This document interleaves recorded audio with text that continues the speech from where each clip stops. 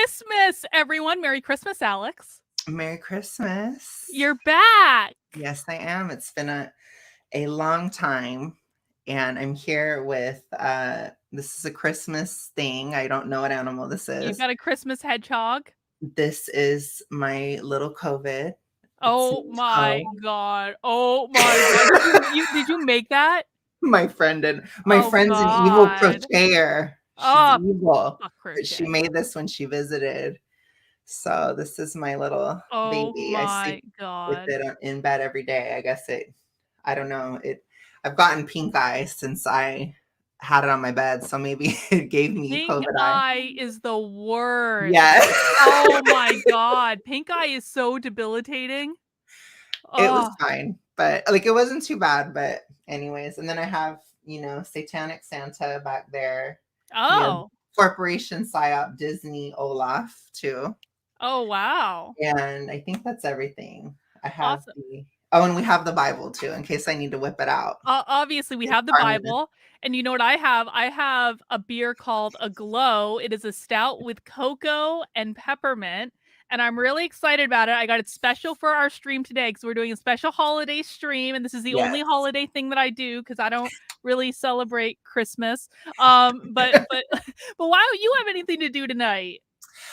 I have nothing to do because of hardcore evangelicon style. Wait, look, we already have people complaining. We haven't even said anything yet. We already, I know. Guys, like two. Now I'm about to start. Yeah, exactly. Two rules in my chat: don't be a dick, no whining. This is both being a dick and whining, and I don't know who the fuck you are, so you can get a timeout. Jeez, well, can't even do anything. Jesus Christ.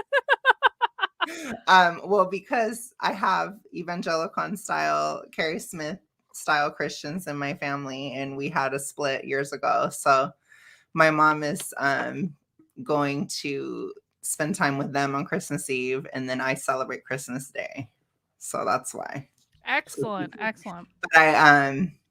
we're gonna see. I'm going to a wedding in March, and I'm gonna see the family. So hopefully it'll be okay. Man. Well, we'll talk about Carrie Smith saying I'm possessed by the devil in a second. But Nick says the sass is back. Welcome back, Alex. I also want to say hi to Sam. Sam, we haven't seen you lately. Merry Christmas. It's good to see you. Merry Wokemas, everybody. Yes, Merry Wokemas. So basically, so this welcome to Sassy Holidays. Yes. This is basically a stream where Alex and I are going to gossip. We're going to be toxic. We're going to gossip. I'm going to try to rack up as much bad karma as that I don't believe in. Because I don't believe in karma. But that's what we're here to do, according to the Horde. So I'm ready.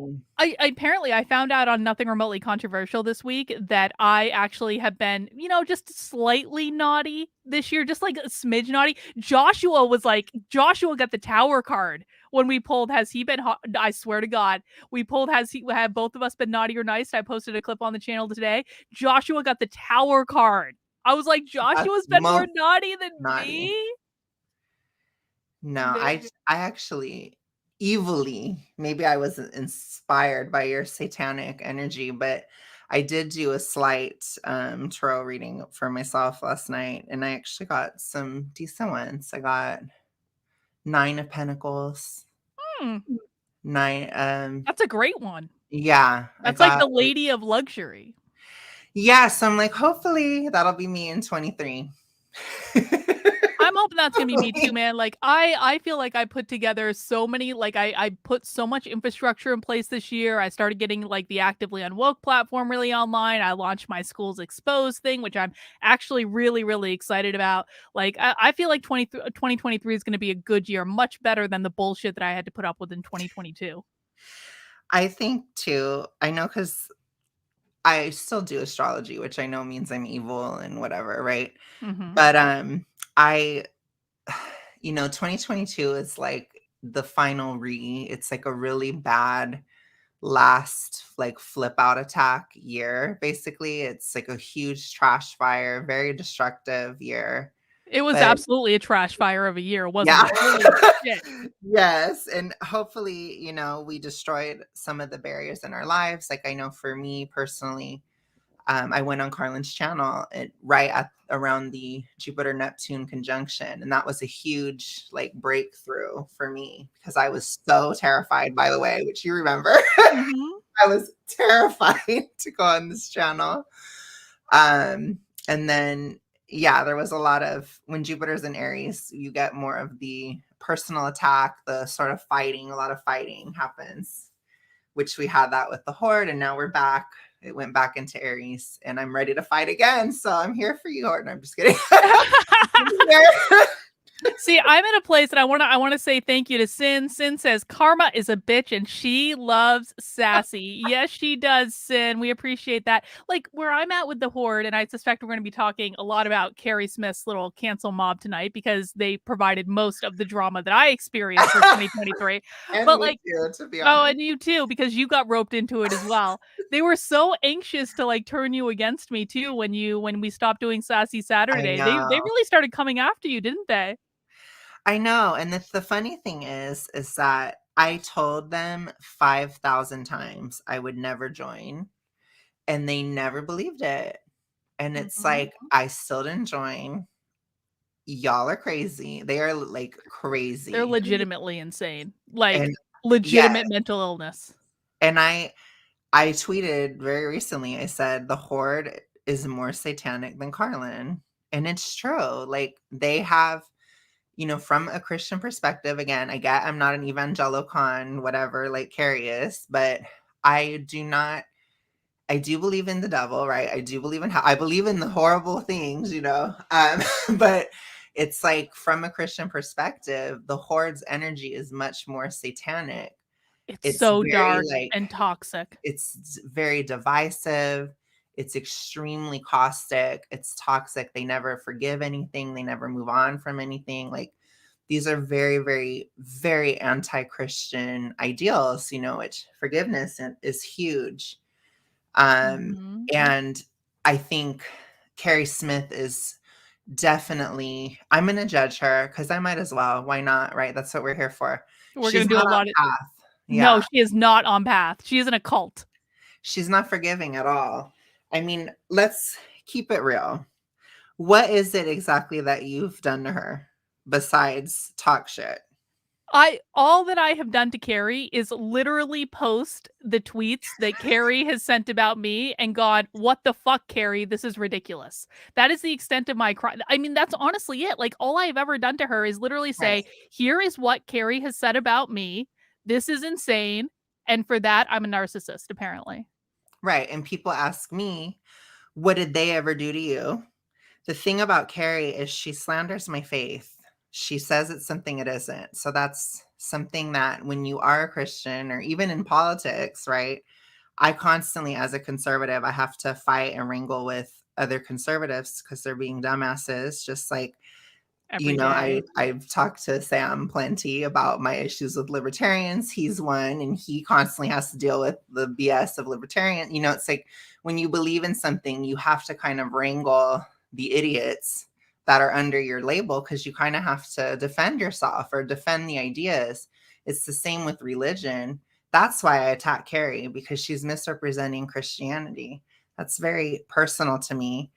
And then like with Mike slandered me. So I don't know if he thought that slandering me was going to make me want to join the Horde, but I'm not a woke leftist. If I caved to social pressure like that, I would have already been, you know, cheering on AOC and Hunter Avalon and whoever else lefty BS, you know. I don't fall for that. I don't bow. Wow. Mike Harlow did his fair share of defamation this year. It was this close. Still might get sued for defamation. I haven't. The reason I haven't sued him for defamation is he has no money. And so it's like, I would spend all this money on lawyers and I would absolutely win, but it's like, there'd be nothing to recoup. So it's like, it's not worth my time and energy. Right. And if people want to believe the lies and you know, I'm still working on surviving Carrie Smith, which I'm sure we're going to talk about. And, you know, the truth is going to be revealed as a part of surviving Carrie Smith.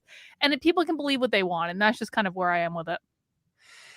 Well, that's where it has to be. But the thing is, like, you know, you were saying earlier, like when it comes to certain topics, like the Tim stuff, like you knew people in person or you knew people, like I've talked with you.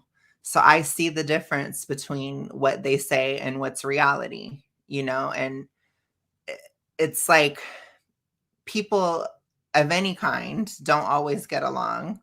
I myself, I don't always get along with a lot of people, you know? So Right. it's like, I think when you have strong personalities, you're not always gonna, you know, rub each other the right way. It happens. Even my mom, her best friend, they had to take some distance and not talk for like a month. You know, they had to take some time. It's like it happens.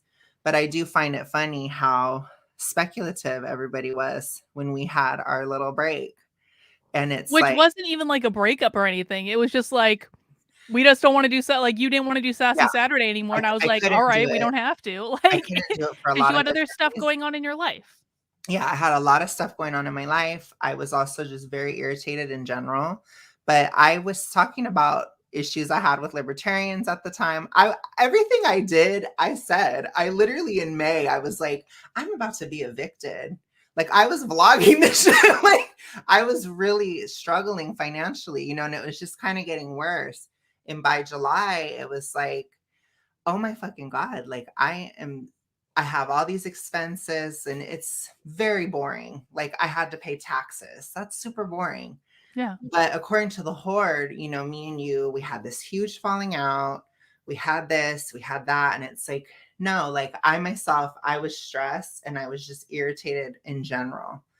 And, you know, I still like in September, I was having like, I had a panic attack, like really bad. I'm like even fighting with my own mother, you know, which I always fight with my mother, but, but I'm just saying it's like, I don't know, like sometimes, you know, I talk about it on my channel a lot, which by the way, do subscribe, but I talk a lot about my hypothyroidism journey.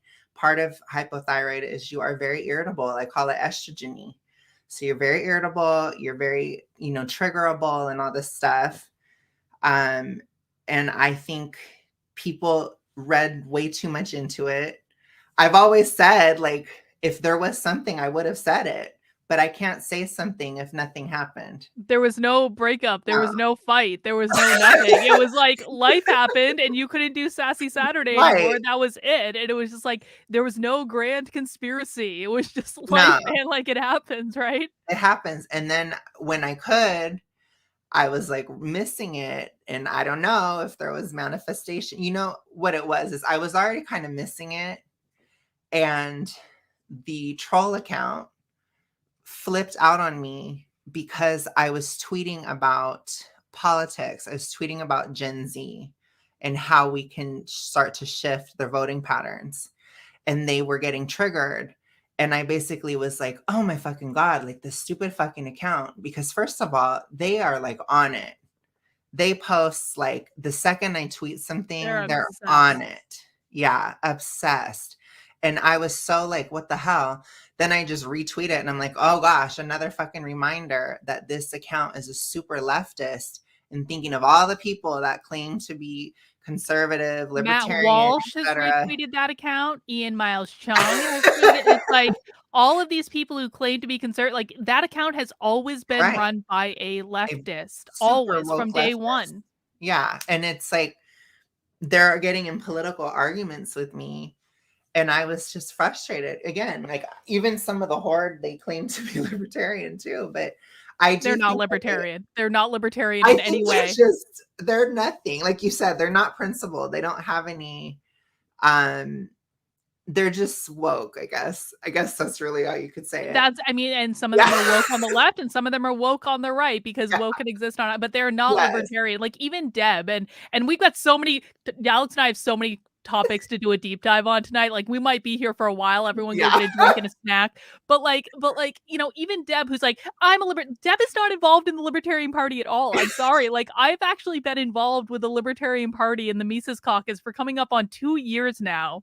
The libertarian community is a really small community. And so if you're actually involved, you know who's involved and you know who's not involved. And it was so funny to me to watch Deb perk up and like be tagging Angela, who's the head of the Libertarian, in like every tweet, pretending she was involved. And Angela's like, Angela would like DM me sometimes, be like, what the fuck? I'd be like, I am so sorry. Like, cause like, we actually, like, I do know Angela because I'm actually fucking involved.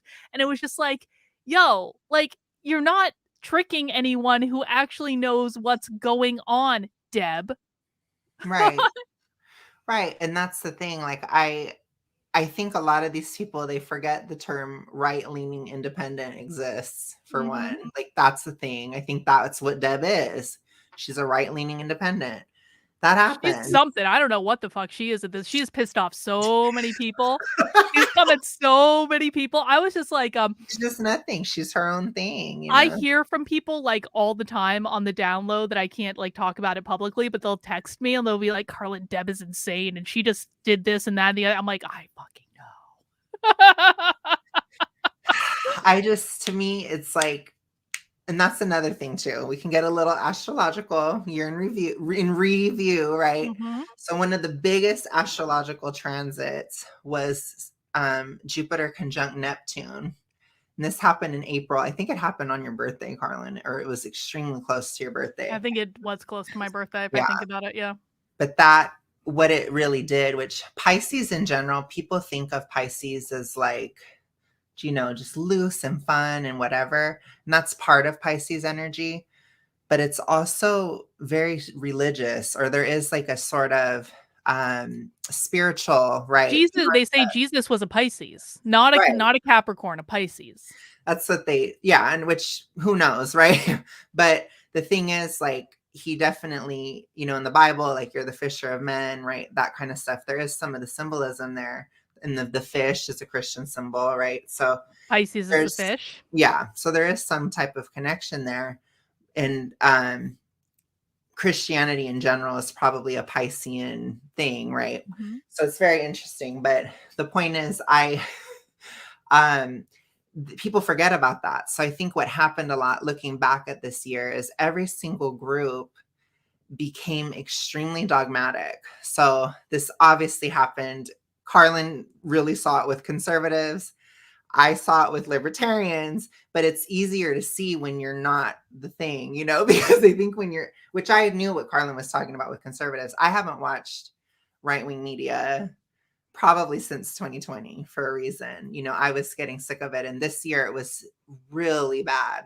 So libertarians were the only ones I was watching still. And then they were irritating me.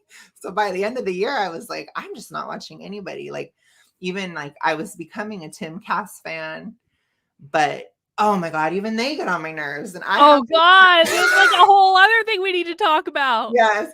So even with them, like, I can't even stand them. I'm like, I don't think I can stand anybody, but I can't stand any of them. There is hope. Saturn's going into Pisces next year. What does that mean? It's going to wash away or tamper down some of this dogma on all sides. I mean, we don't even mention the left. The left is like so far gone. We haven't even mentioned it. Well, it's like it's not even worth it because it's like they can't be saved. It's like they're just like they've gone off the insanity cliff, and it's like I still hope. Like I still have hope for the Republic. Like if the Republicans actually put Harmeet Dillon in charge of the Republican Party, it's like this glimmer of hope that like the North Star is aligned with Harmeet Dillon. I mean, I think it's obvious, and you said this, and I said this, and anybody that's smart said it, but we need to form a coalition. Together we can defeat the left. Unfortunately, we are not at all there right now, but maybe in the years to come, Saturn and Pisces, it might, tamper things down. If Republicans start actually acting libertarian and focusing on small government and getting rid of taxes and ending war and laying off the social conservatism bullshit, then sure, there's a chance. And if libertarians are realistic enough and do accept that we're not realistic, we know we're going to lose. Well, if they're realistic, they understand there are strict conservative type of people. And if they do What's the last thing? Oh, if they're able to be pleased, then we can have a nice coalition. But it's, I think the Jupiter in Pisces, it definitely blew all this dogma up. And I think it's because we're all so traumatized in this Biden economy. We're all scarred, So I think everybody's grasping on to their little enclaves. And we are extremely polarized as a country, but so much so that even the horde or whatever, or just people that speculate, they think because me and you disagree politically, we can't be friends, or we've had a falling out because of political disagreement, which is, call us old school, but that's not how life works. That's not how life works. And you're allowed to disagree with people and still be friends and still enjoy each other and call each other stupid when we don't agree, and then and then come back and hang out and have a glass of wine and say, all right, maybe I was being a dick. And like, look, I've said it before, I'll say it again. My boyfriend is a lefty. So here's that. How's that for a mind fuck? You know what I mean? Like, and he once was really mad at me over 2020, and he thought I was going to break up with him over politics. And I said, I'm not a woke leftist. I don't do that. Politics is not my life, But unfortunately, Bidenomic times are tough. Economic strain is real. And I think people are feeling it all over, I think they are too. Economy. But I do hope that it's going to start to get better in 2023. And I'm really going to be focusing in 2023 on just like my school's exposed stuff and getting parents activated in that. And so I'm actually really excited by it. I think there's a lot of opportunity there. And, I just hope that people don't psych themselves out too much, because, I know it's hard. I don't want to make it seem like it's just you snap your fingers and money arrives, because that's not what it is. But there are a million ways to make money in the world. And one of the things that I've absolutely learned in the last couple of years is how lazy and incompetent most people are.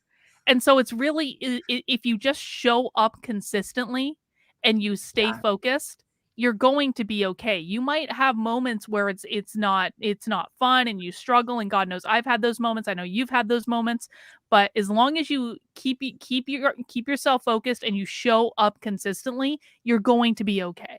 Right.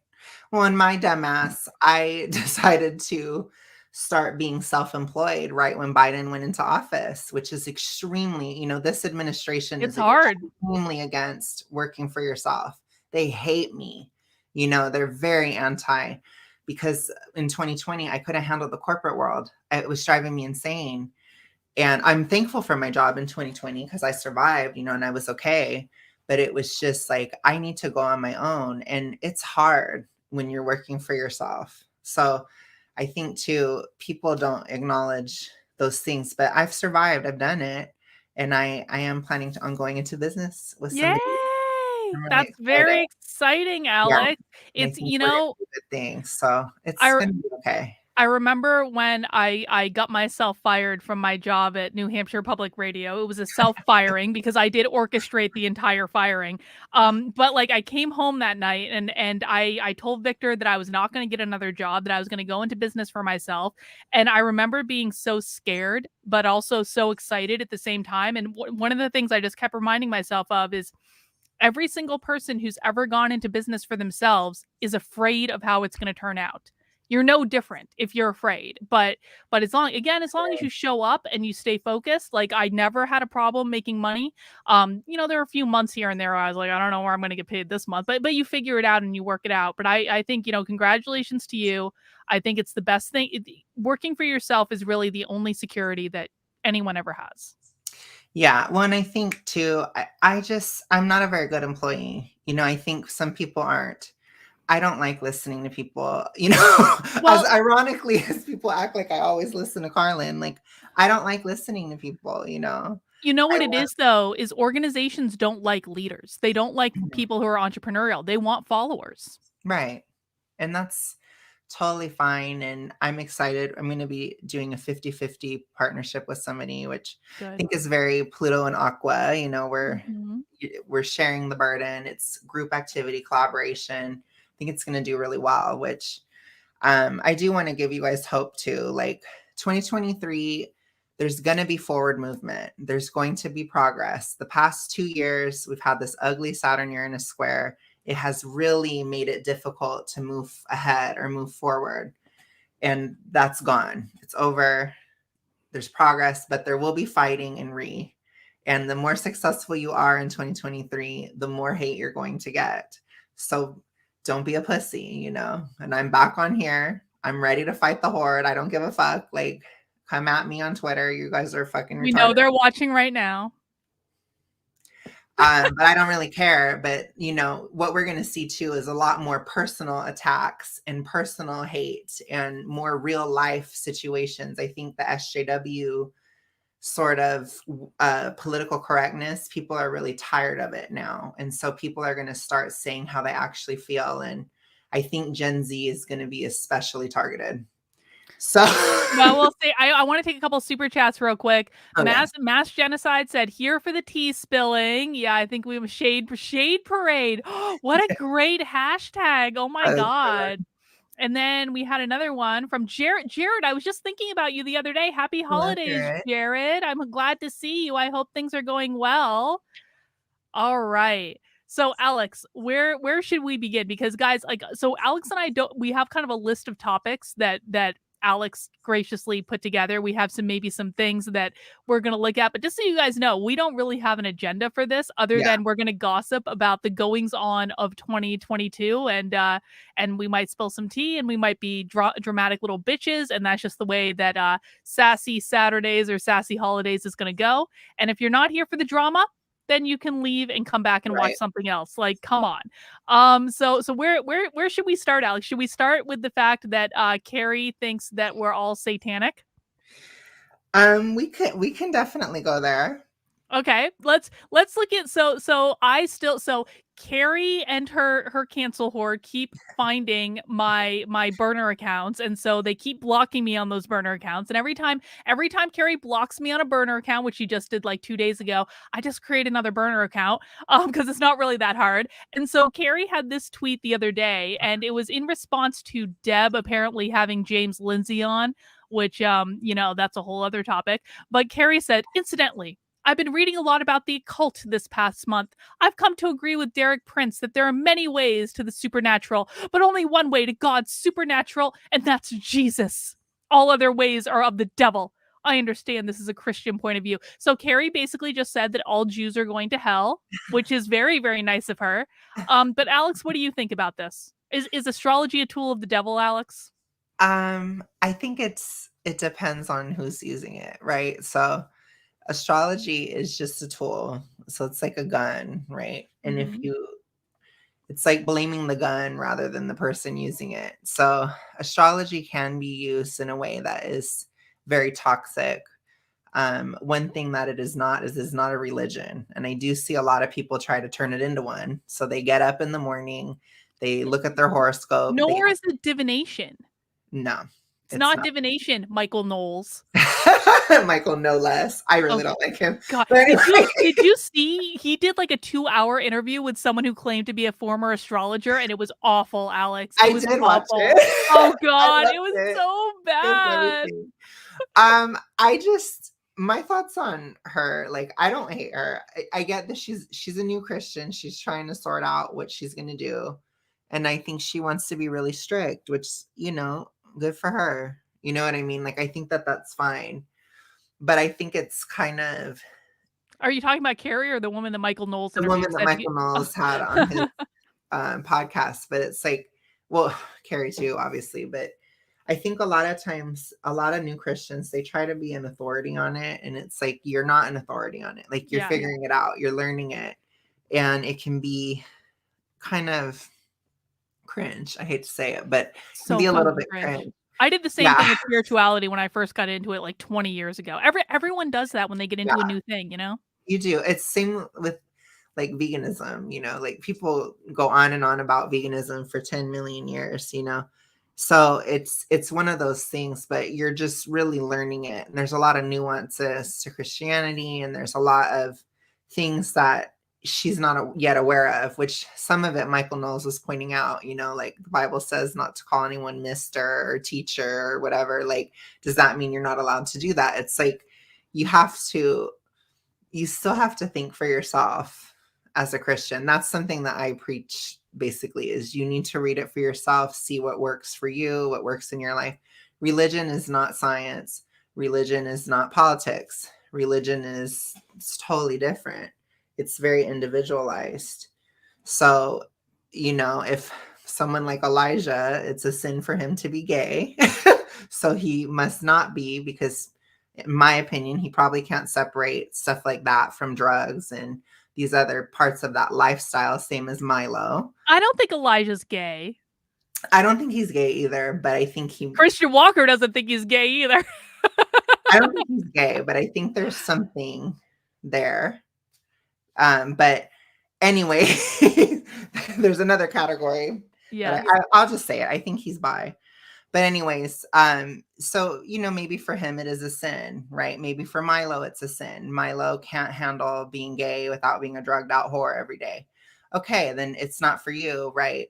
But me being gay, I don't have to be on drugs. I don't have to be a whore. I don't have to do these things.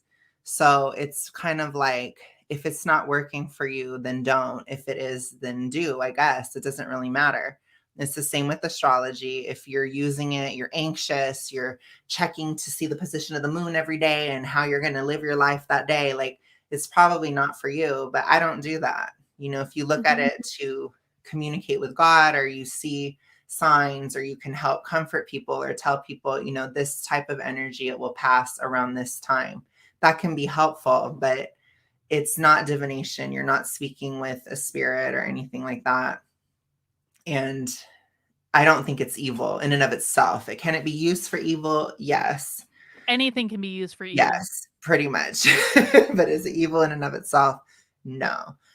And I would say too, it's, when you call everything satanic, it's similar to calling everything racist, right? You start to water it down and you actually cover up things that are.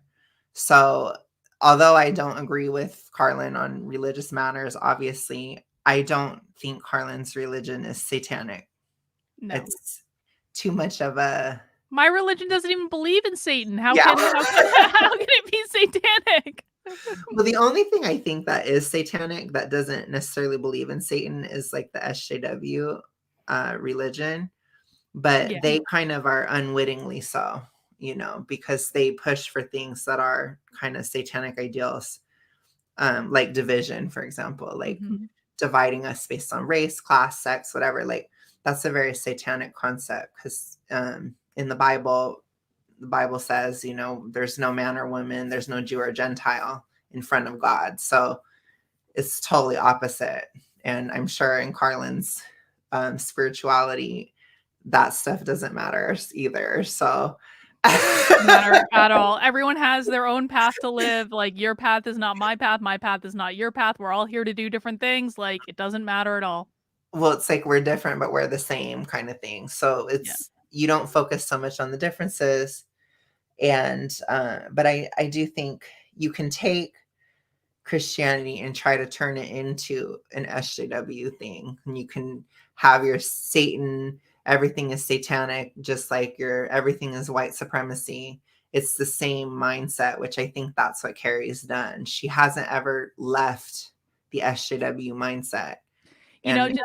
Just the other day, I watched for the first time Josh Slocum as part of my Nitwit show, and I had never watched Josh Slocum before with the Disaffected podcast, but I know he's like diagnosed me as a narcissist and like all these other things on like several occasions, and so I finally sat down to actually watch his content. And one of the things I watched was an interview with Carrie that he did right around the time Carrie wrote that essay about me, calling me her abusive mother, and it was about Carrie's mother. And basically what was revealed to me in that essay was that Carrie left SJW and went like literally directly into Christianity. And I thought there was a break. I thought that there was like Carrie stopped being an SJW, and then she just kind of was like doing her own thing for a while. And then, oh my God, like a year later, she found herself into Christianity. But that's not what happened. Apparently it was like right on top of each other. And I was like, this makes so much sense. Carrie just traded one cult for another cult. I'm seeing this in a totally new way now. which you can make anything a cult. You know, you can have a New Age cult, you can have a Christian cult, you can have a political cult, even anything really. I mean, you can make a cult out of almost anything. So a cult is toxic no matter what it is. And I do believe she is in a cult. I've said it many times. People hate it when you say that. I get so much hate for saying that. But I have to call a spade, and it is what it is. If they are trying to control their lives, that's not a church, you know. I was trying to find, I have Carrie's tweet pulled up, and I'm just trying to find it on my thing. Here it is. So, I mean, Carrie has tweeted, she tweeted in February, "My church will discontinue fellowship with members who choose to live in sin without repentance. This has happened twice. I'm glad for the shepherds and elders in my flock." Of course, Carrie is allowed to live in unrepentant sin every single day on the internet, but that's okay because she's an internet celebrity, so her pastor overlooks that. But like, any church, I'm sorry, that kicks people out for not following their rules, that seems like a cult to me. It's like, that's not an environment that I would ever feel welcome in. I would feel like it was all about control. And from a biblical perspective and a Christian perspective, we all fall short. I'm sure a lot of people are familiar with that concept. And so everybody sins their whole life. So that's kind of like a joke, for one, because he without sin, there'd be nobody in the church. And Carrie especially, she sins publicly. Gossip is a sin, you know. Lying is a sin too. Lying is a sin, yes. Lying is a deadly sin. Lying is one of the 10 commandments.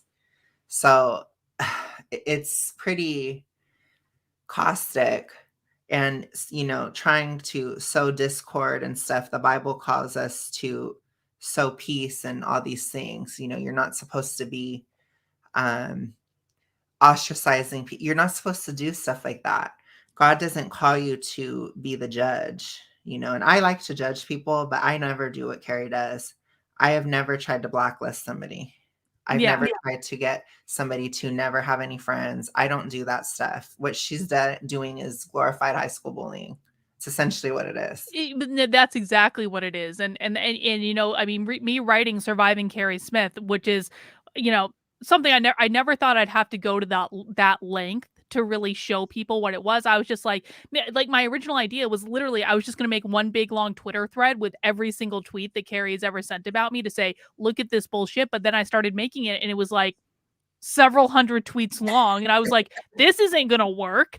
And so I started doing this Substack, and it was just like, it was mind blowing to me going back through it all, because it was like, this is lie after lie after lie. It's been going on for 2 years. I don't know how she has the energy for this shit. I really don't. Right. And I will say, you know, I'm not perfect at all, but nor am I, as it turns out. But it's like, you have somebody, she is so completely unforgiving of whatever it is you did. I mean, it is her, I still don't even know what I did. Purpose is to call it out. And it's like, even if it is about her mother, like, as a Christian, you have to forgive your mother, Carrie. Like, you have to forgive what you've been through. That is SJW, to hold on to what you've been through like that. Well, I want to talk about that more in a second. I just want to acknowledge the member chat from Catherine Scully, who's been a member of the channel for 23 months. Catherine, thank you so much for that. And she says, "Merry Christmas, Carlin. Merry Christmas, Alex. And Merry Christmas to everyone watching." Thank you, Catherine. Merry Christmas to you too. So the other thing that happened after I watched that interview that Carrie did with Josh Slocum is I had never actually seen the movie Mommy Dearest before. I'd heard about it, and of course, like, I knew about like the no wire hangers ever like scene. Have you seen this movie? I haven't, but I probably could. It might be. It's free on YouTube right now. You can actually watch it with ads, so it's like free to watch. But like, I actually sat down and watched it. Alex, it explains so much. Like, if that movie is like in that, basically the premise of that movie, it was based on a book written by Joan Crawford's daughter. about like what a psycho Joan Crawford was to have as like a mother. And like it was one of those things where like she'd be fine 1 minute and then she'd blow up and do this crazy shit, or like wake her kids up in the middle of the night and force them to clean the floors, and she was very emotionally abusive and all of that. And I watched that and I was like, you know what? Like I was of two minds about it. Like, number one, holy shit, how sad for someone to have a childhood like that, growing up with a mother that has borderline personality disorder. That's a really sad thing. If that's what Carrie went through, that's really, really, really sad. But on the other hand, I'm like, this is what Carrie thinks I'm doing to my husband on like a day-to-day basis. And like I was watching it with Victor, and Victor was so incredulous about it. He's like, what the fuck is this shit? I'm like, Victor, they think I'm doing that to you every day. He's like, okay. Like he was so blown away by it. But that's real. These people actually think that I'm like locking Victor in the basement or like beating him with hangers when he doesn't do what I want. It's like, that's not real life. That's crazy. It is absolutely crazy to like spread the lie that someone has borderline personality disorder around the internet when that's not true. It's really abusive.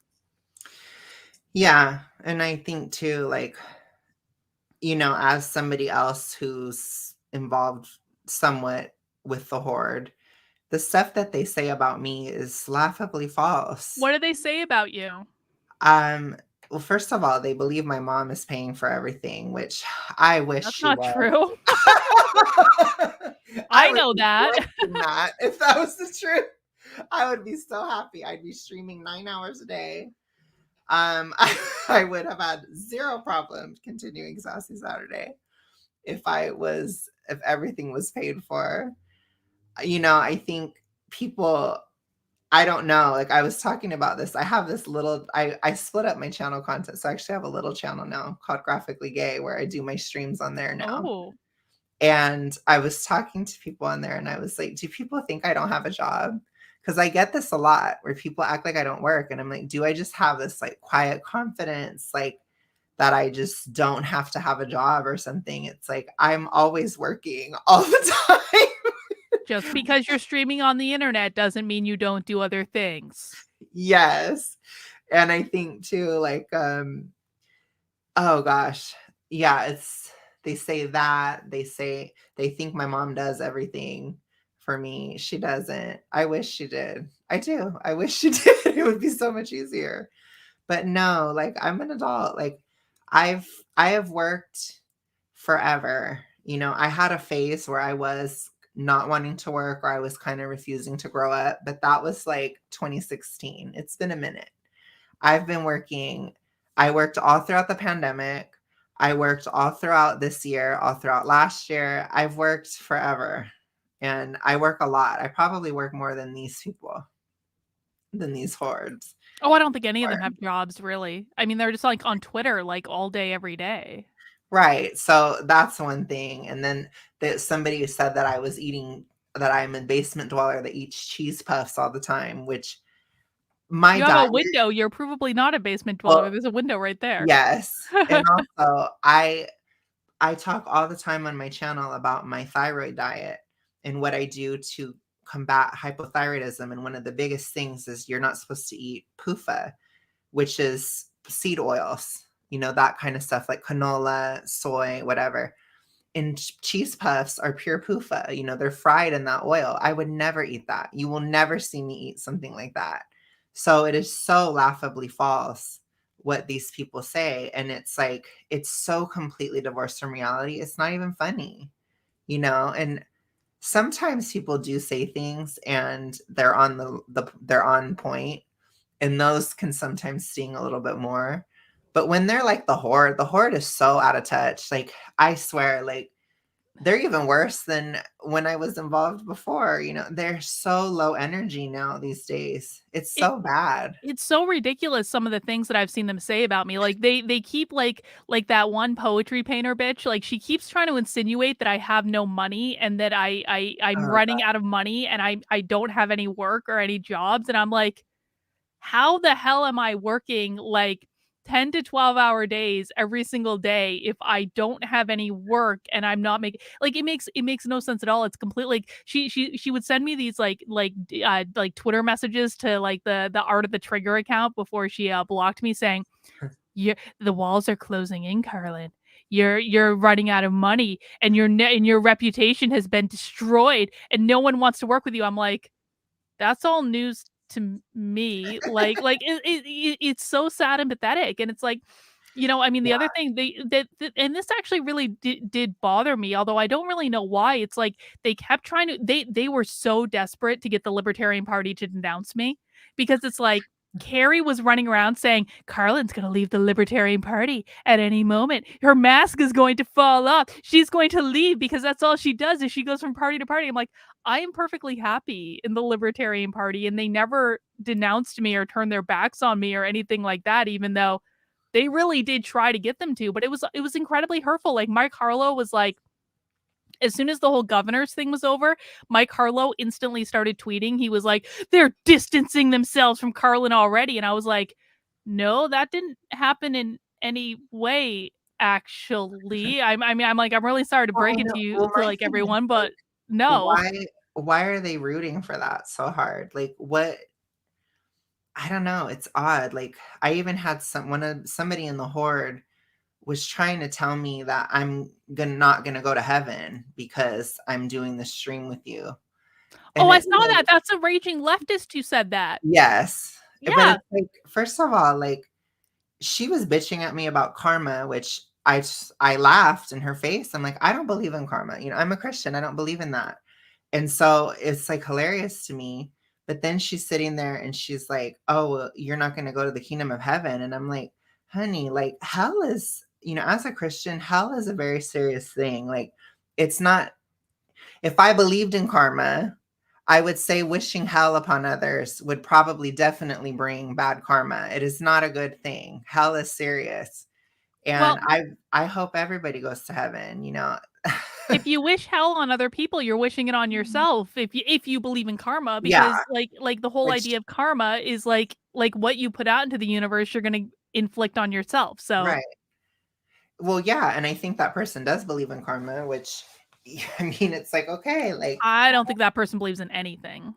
Well, people are, even if she does, she's a hypocrite, obviously, right? But I think it's just like, it is very, very evil to wish hell upon somebody.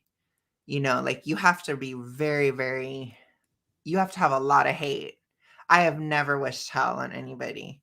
Does that mean that I love what Carrie does? No. How many people has Carrie turned away from Christianity? Probably a lot more than she's brought to it. I'll put it to you that way. Oh, isn't that the truth? I mean, how many people has Mike Harlow, what has Mike Harlow even done, for one? Nothing. I still don't have an answer to that question. He has done nothing.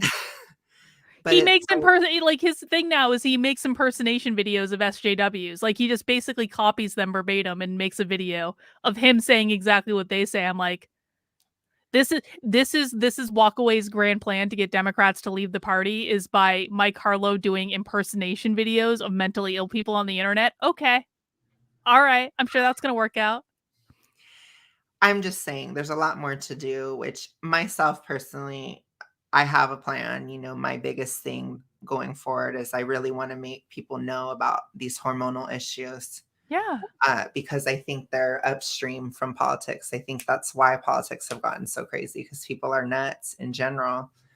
And it's like, that's going to be my activism, and I think downstream it will affect politics, because we're never going to get rid of left and right and libertarian or whatever, but we can have it be like it once was, where people existed and coexisted. Okay. Like, I know Gen Z doesn't remember, but I remember, like, there were a lot of times when we, as a country, we were not fractured like this.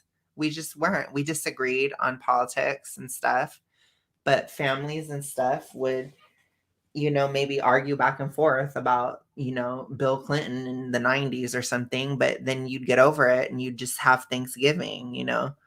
It's like people now, it's like you were not family anymore. Like, that's crazy, over politics. And I think that's all you can really do is like you're really passionate about like educating people about these hormonal issues because of your experience with it. And I think that that's great that you're doing that, and you're probably going to help people, with your content, and that's all you can do, right? I what I really come to in the past year is that like there have been so many disappointing things about the past year, but at the same time, it has really shown me who actually cares about creating a better world and who just wants to whine and complain on the internet, and who are the good organizations and who are the shills and who are the authentic people that actually care about making change, and who are the grifters and all this stuff. So I mean, as much as this year has sucked, it actually has been extremely eye-opening in terms of who actually believes the things that they say they do and who actually cares about helping and being of service. And I think where I've come down on it is I just want to do my Schools Exposed thing,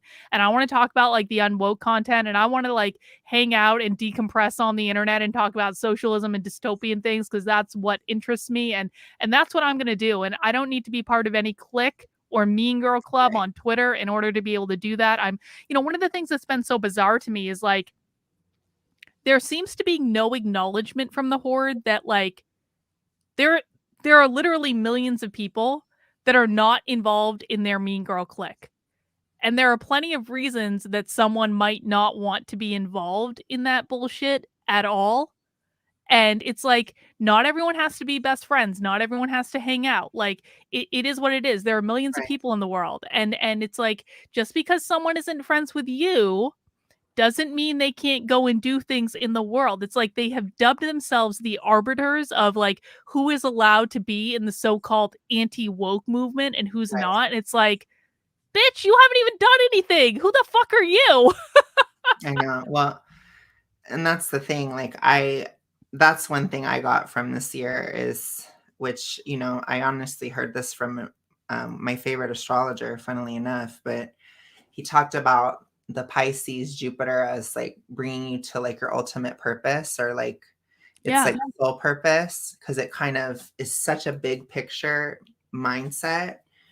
And for me, I realized, this, I call it fat activism, but healthy fat activism, not the crazy version. I'm gonna, try to take over it. But this issue in and of itself is so important. It affects almost everybody. It affects things like cancer. It affects relationships that people have. The family breakdowns are because of hormonal issues as well. Like, it's so broad in scope, and it's something that I experienced so blatantly and so strongly and so personally that I can show that and I can talk about it in a way that other people are not going to necessarily be able to do that. You know what I'm saying? And I do think the government does play a role in it. I think the government is pushing us towards these directions. When they push something like not eating meat, for example, we know not eating meat lowers testosterone, or, and women require testosterone too. We know that it lowers your muscle mass and, like these types of things. And it has a very negative effect, but they keep pushing, like Joe Biden himself saying not to eat red meat last year. I was shocked that he said that. It's like, why would I listen to Joe Biden for diet advice? Like, he barely has a brain at this point, Right, exactly. He's eating lots of ice cream, I guess. Let me ask you this, Alex, because I'm really curious about the conservative mind on this issue, because one of the things I've noticed about conservatives in the last year is they have become obsessed with appearance, and they've always been obsessed with appearance. Appearance is like one of the things that I think a lot of conservatives care about the most. But basically, the only insult I actually hear from the right now is "you're fat, go to the gym." Like Chrissy Mayer loves to tell me to get a gym membership, and I'm like, if I actually decide to go to the gym, and I am actually going to go to the gym on Monday. I'm starting after Christmas. I'm doing it, Alex. We're doing it together. Really? Yes. I'm judging you. No, I am, because I really need to. But here's the thing, is like when I decide to lose weight, I actually lose weight like very, very, very quickly. And I'm like, if I lose all this weight, they're going to have nothing else to insult me with, because literally they can't insult my ideas because they don't understand them. Literally the only thing they have to say is that I'm fat. What is this obsession with fatness on the right? I don't get it. I think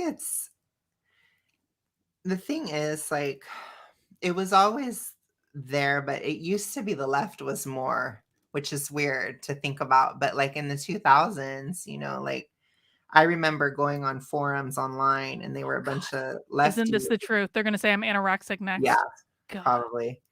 But I remember back in the 2000s, like I would go on forums and I'd see this sort of proto SJW types, and they would talk about how conservatives were all fat and they're all going to die and whatever, right? So, there's a lot of fat conservatives, so that is funny too. But I've always thought that was so funny. I'm like, Chrissy, do you know the conservative audience? Because they're not skinny minis, Chrissy. They're not. There's a lot of fat people on the right. I'm a fat conservative, Even or like Trump himself is kind of fat. Or like when Mike Harlow like calls me fat, I'm like, have you been to walkaway rallies? Because I've been to walkaway rallies. Which, I mean, no shade, but it's like, no, it's like, it's not cares? necessarily a political thing, like, I get it. The left definitely blew out, for sure. Because back in the day, they were like the pretty ones, or, they were the Abercrombie and Fitch models or whatever, right? And now that's not really the case, and I do think we on the right, we can utilize that if people lose weight, and you can use that sort of soft power, especially on Gen Z, because, young people care about appearance. But that's typical. That's how young people are. But as far as like using it as the big thing or where it's coming from, you're not going to like my answer, but I think it's a lot of people that were ex-lefty. They've come into the conservative movement and they've started to utilize that, because I don't think you're wrong. Yeah, that's what I think it is. Like, I think the right has changed so much over the past, since Trump really came in, that it's almost, as a conservative, at times it's unrecognizable from what it was, which isn't always a bad thing, because it wasn't that great before, honestly. But, like Mitt Romney was nothing to write home about, right? So still isn't anything to write home about. No. In fact, still isn't. But it's definitely still, I think a lot of ex-lefties, they still have a lot to learn, but they still have that I'm going to speak out and fight back mindset, which is good, but they take some of the bad sides, like judging weight, for example, would be an ex-lefty 2000s lib thing that they've brought in, which there's a lot of kinks to iron out in this, if we're having more of a coalition on the right, which we are, I think, because the evangelicon style, it has been in decline, obviously. Mm-hmm. So things are changing, but that's where I think it's coming from. I myself, I don't really do that. I mean, if I ever say something like that, it's probably a joke because I think it's funny, but I mean, in the gay community, you want to talk about fat phobia. Like, I think that's a whole other thing, though. That's like, yeah, I agree with you there. Are the most, other than probably like Korea or something, like South Korea, they are like right there after them in terms of fat phobia. Like South Korea, then gay men, pretty much. So it's pretty harsh, which, how funny is it that the left says that thinness is white supremacy when, you look at East Asian cultures, they are the most into being thin, it is not a white thing. But anyways, it's just a people thing. People are obsessed with it. But Chrissy Mayer told me I was going to lose my foot to diabetes. I swear to God. And then, do you know what I found out? Blair White tweeted that I was a fucking fat garden gnome or something like that. I swear to God. I swear to God. I found this when I was doing the research for Surprise. Go ahead. She's very anti-fat. you know. Well, so. she's gonna get a merchandising contract, and that's all she really cares about is clothes and makeup and not actually doing anything of value. But okay, you know, good for her. She'll make millions of dollars selling clothes and makeup and being a horrible person, but that's all right. That's funny. But yeah, that's my take on that, I guess, is, you know, and I think a lot of the old school conservatives, they're just kind of learning from the ex-lefties, so they just kind of parrot what they do. And it's so bad. It's so bad. And they say this to me all the time. They're like, we have to do what the left does. I'm like, no, you don't. Not in that way. And it's really unappealing. It is so incredibly unappealing for you to act exactly like the thing that I left, you know? It's like, did you think I left the left to join exactly what the left is doing on the right? No.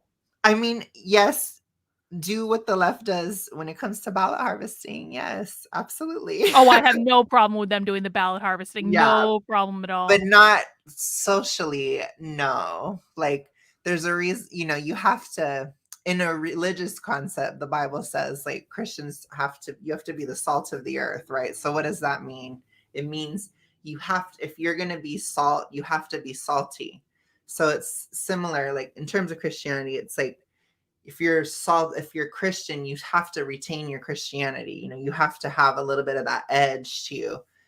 With politics, if you're going to be not leftist or a conservative or whatever we're becoming on the right, populisty, right, whatever, you have to not be the same as an SJW, because otherwise it's like you're losing your salt. It's like you're trying to salt your meat and there's no saltiness to it. So what good are you? Exactly. You know, you don't look any different. Yeah, if you're sugar like the left instead of salt like the right should be, and you're putting some sweetness on your steak, you're like, what the hell is this? That's how people see you on the right. It's like, oh, this isn't what I wanted. I wanted this, or I want you to fight this, and they don't. So it's a huge issue, but there's nothing wrong with being fit. There's nothing wrong with that. You know, I will have much to say. Please do subscribe to my channel if you're interested in that, because it's in the description. Go. I've got your Graphically Alex channel and your Politically Alex channel in the. I didn't know about the gay one. Yeah, Graphically Gay is where I do live streams. It's more personal. And I have all the links in the most recent video on my main channel if you guys are interested in those, which Bot was seeing. I did a little pre-game stream where I was kind of setting up my setup with my baby COVID and Bot says, where's the fudge? The fudge is right here. I almost bought fudge the other day. I feel oh, it's a whole homemade fudge, Alex. Oh my God. But fudge it's just so good. It really is. So basically just butter, but it's butter and sugar essentially. But yeah, so that's really what we're going to be talking about on there. And especially if you're also morbidly obese, please do subscribe. The information could be life-saving. You know what I say there. It's very important. But in general, I love that you're doing that to help people. And it's like, it's not politics related. It's just life related, you know? I mean, there's some politics to it, but it's much more not left versus right, right? Both sides are bad on this issue.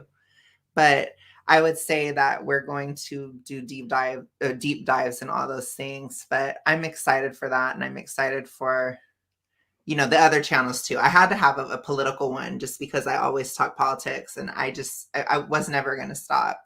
And then the personal one, I just like to be ratchet on my stream and just talk about just stupid shit all the time, you know? And I'm like, it was losing subs on my main one. So I was like, let me just move it over. But yeah, it's been fun. But so I have to ask you on the topic of Carrie. So one of the streams that like we kind of came back together on was you watched the interview that Carrie did with HG Tudor, the narcissist. And of course I watched that too. And that interview was bullshit. What did you think about that interview? I've said it before. Like I honestly think maybe, you know, I'm not going to diagnose somebody necessarily on here. I would do it on Graphically Gay. If you want like pure unadulterated takes that are toxic. You can diagnose people here. I don't care. This is it's Sassy Holidays. You're allowed to diagnose. So you're also not a psychologist. I think I'm not Carlin. I think Carrie, it's weird how your guys' names are. Isn't it telling? Is it really? I was thinking about this. Like every person I have a problem with has a K name, and it's disturbing. It's like the universe. There are no coincidences. I also think it's funny that Carrie's real name is Karen Smith, which is also one of the Mean Girls. It's one of the literal Mean Girls from the movie. That's hilarious. But anyway, this Karen is, I think she, at the very least, exhibits many traits of a covert narcissist. So I think that if anybody is one, it's her, because she's very controlling of who's around her. You must agree with her on everything. You saw that with Carter. If you stray at all, like if Mike were to say the sky was blue and she said it when she says it's red, he'd be out in a heartbeat. She would turn on him in an instant, and she'd be saying he's satanic and his gay lifestyle is going to send him to hell and all that really fast. But sorry, I had to eat. That's all right. But no, I think that she's more similar. So I felt like the whole conversation was one narcissist lying to the other, and they both know that they're lying to each other, but it's all just for clout. To HG Tudor's credit, he actually does fully own that he's a narcissistic psychopath. He's not lying. He's like, I am what I am, and that's one of the things I love about him. It's just like so refreshing, right? It kind of glitched for a second. Oh, I was saying, so, I mean, HG Tudor does not lie about being a narcissist. He's like, I'm a narcissistic psychopath. Here's what I think. Here's how I see the world. Here's what you need to know. And like, and so he's not lying at all. And I find it to be actually really refreshing. But, you know, I mean, like Carrie interviewing him, first of all, Carrie says she has been listening to him for a year and a half. That is a fucking lie. She has not been, that is a lie, because she, like, even basic stuff, it's like, basic stuff that, like, I only binged his content for like a weekend, and even basic stuff that he literally talks about in every single effing video he makes, like why he's doing this, what does he believe, stuff like that. Carrie had no idea about any of that. So I was like, no, this was a chance for her to talk about me. That was all it was. Pretty much. And it's a way it's for clout, clicks, views, etc. Which, I mean, no judgment on that, but I'm just saying that's what I felt like it was. It was because the reason I say he was lying to her is he's telling her that she's empathic. He knows she isn't. He kind of stopped himself. He was like, if you're an empath, Carrie. Yeah. Like he knew. He knew. It's obvious. But the reason why I say she's a narcissist, again, like, which I've changed my mind a little bit on Taylor Swift, which, you know, if you want to hear my super HG Tudor thinks that Taylor Swift is a narcissist. If you want to hear my very nuanced and conflicted views on Taylor, do subscribe to Graphically Gay, because I'll be talking about it there. But I don't know if Taylor Swift herself is a narcissist, but I watched her documentary, Miss Americana, which, by the way, it was Miss Libiana. Oh my God, it was so SJW. It made me want to throw up. And I almost blew my mom and grandma out of the room because I made them watch it with me, and they were horrified at how SJW Taylor is. I don't know how you watched it. I would have like sooner shot myself in the foot. Because I do love her, but I also, God. She's, as the left would say, she's problematic, but I do love her. But anyways, I was shocked, but I think her mom is. I think her mom actually is, not her. So I think she might be a victim of her mom. Well, I mean, one of the things is like narcissists tend to come from narcissistic parents. Okay. Well, it could be that she took on her mom's traits. But yeah, I think Carrie, you know, again, I think we've talked about it where it does come from childhood abuse, right? So yes. And Carrie was abused as a child. So, well, according to her essay about me anyway. Right. So, yeah, I mean, whatever. She can do what she wants. But what I do not like about her mostly, in which people always say, what has she ever done? Da, da, da. I don't like that she uses my faith as a weapon. That's what I don't like. It's very, very, very bad. Okay. And I do believe there will be, you know, divine consequences for that. I would never do that. I can tell you that much. I do have a healthy fear of God, and I would never, ever tell somebody they can't be in the church or something like that. Like, that's so egregious. So, well, I almost feel like Carrie already is experiencing divine consequences for all of this. Like, and I know you don't believe in karma, but I do. And I look around, and I had to spend to write Surviving Carrie Smith. I had to spend a lot of time looking at Carrie's Twitter, which was not the most fun experience for me, but I did it. And what I've learned from that is that Carrie has basically relegated herself into, like, no offense, the white trash of the internet.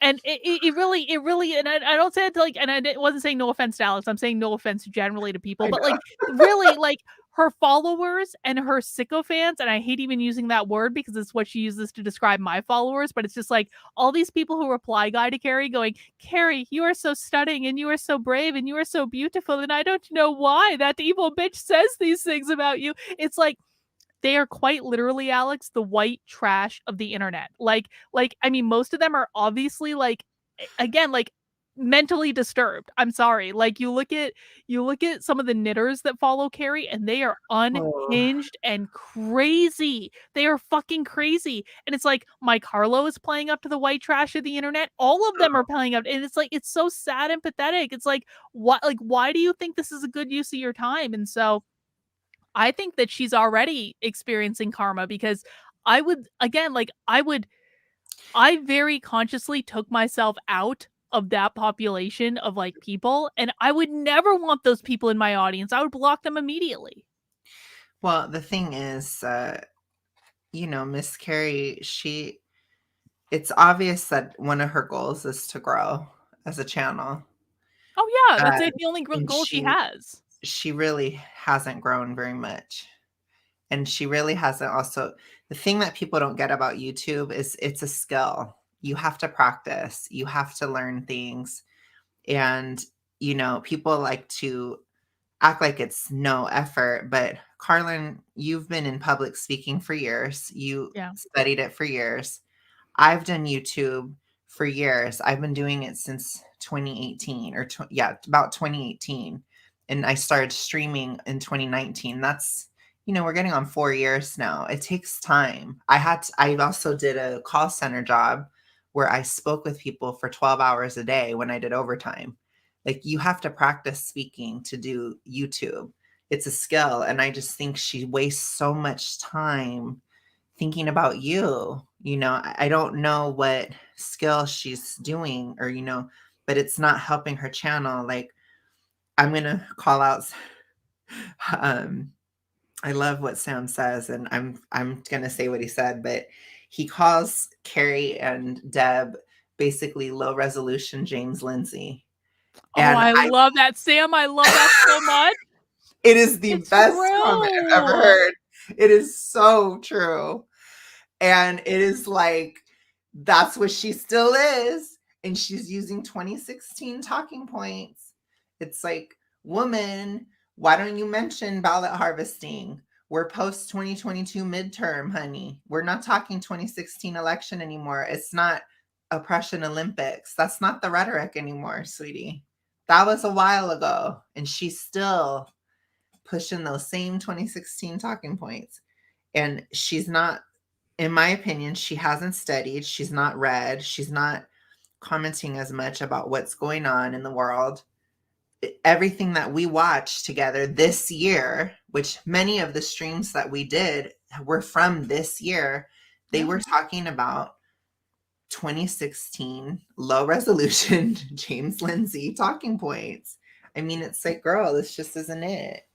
And she's not terrible. Like, I think she does do some stuff. She does more than Mike, but again, who doesn't, at this point? But it's just, I don't know. It's such a waste of effort. And she should be writing a book. She should do something else. She should have written a book 3 years ago. It's like, I mean, if you want it, like, you have to have a goal in mind. I don't think Carrie has any goal in mind. And I mean, the same with Mike Harlow too. Like, I don't think they have any goal in mind other than I want to be famous on the internet. I want to be an influencer on the internet. Or in Mike Harlow's case, he desperately wants to be like a reality TV star or any of these things. And it's like, like, I have a goal in mind.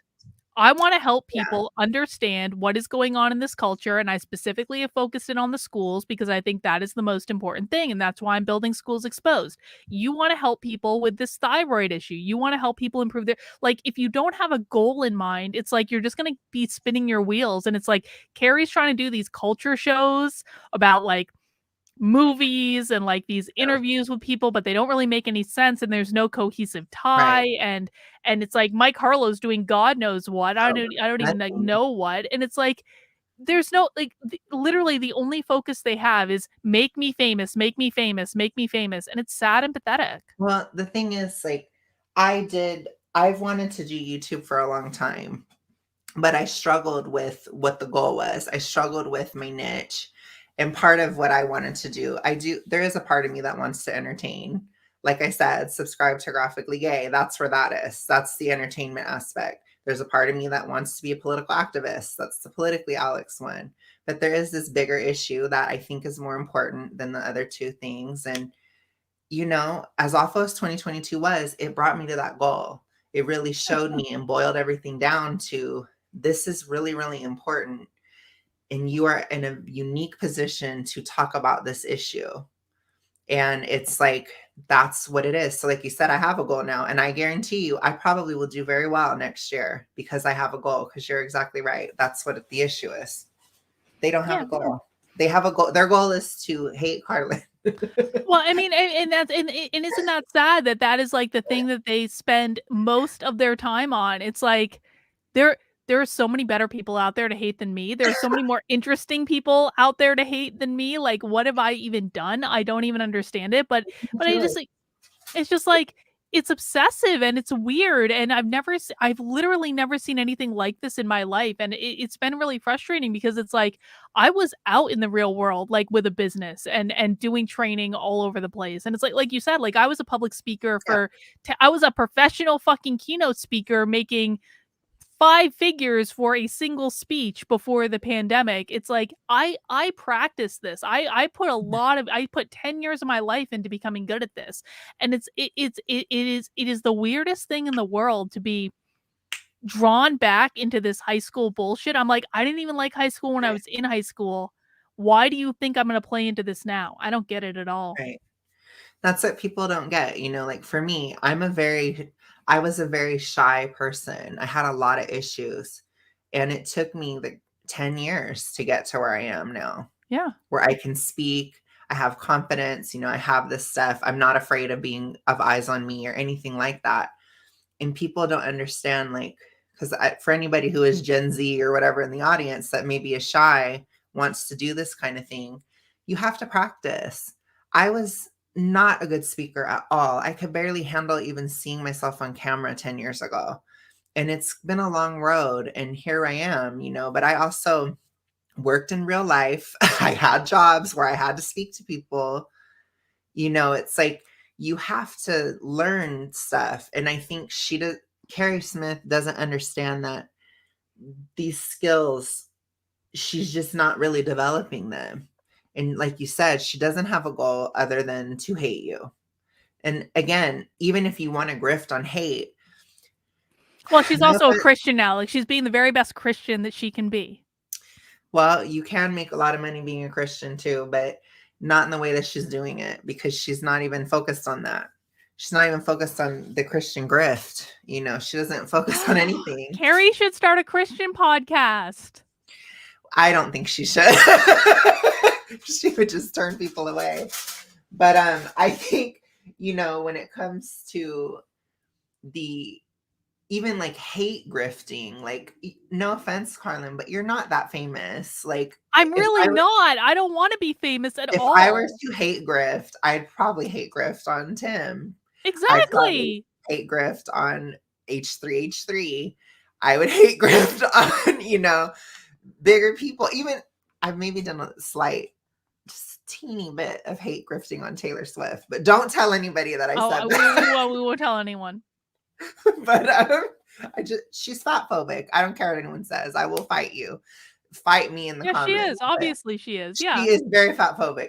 But anyway, don't tell her audience that, and don't tell Gen Z, because they will flip out on you. But anyway, you know, I probably got more views talking about Taylor Swift being fat phobic than they get on, you know, their tweets or whatever about you. Like, you're not that famous, so I don't get it. I don't get it either. I'm just like, I don't even want to be famous now. Like, I hate, like, you know this, like, I hate being on the internet. Like, I don't like, even to this day, I don't like being on video. Like, I do it because it's like, you know, like, I have this platform. I might as well use it to try to do some good in the world, but I don't like it. I don't like having my picture taken. Like, I don't like any of these things. And I'm like, just leave me alone. Like, I'm literally building a life where I'm doing, like, I'm building my life around looking at documents behind a computer screen because I don't want to have to do fucking this all the time. And it's like, just leave me alone. I promise you can try to be famous all you want. I'm not going to get in your way, but leave me alone. Well, the thing is, you have to have a goal and you have to have talent. And if you don't have either one of those, then I'm sorry, you know. And it's like, I think they've gotten really far for nothing, especially with Mike. Like, what has he really done, you know? Nothing. That's what I'm saying. He's gotten far on nothing. But I've never been super impressed with his speeches or anything either. Like, I think they're whatever. Good. They aren't good. They're just basic. It's just basic. I don't like the left, which it's like, yeah, rah, rah. I don't like the left either. But how many times can you say that over, you know, it's not 2016 anymore. Like, it's, I don't know. It's crazy. But I did want to ask you, so have you seen anything, like, has Mike done anything at all whatsoever?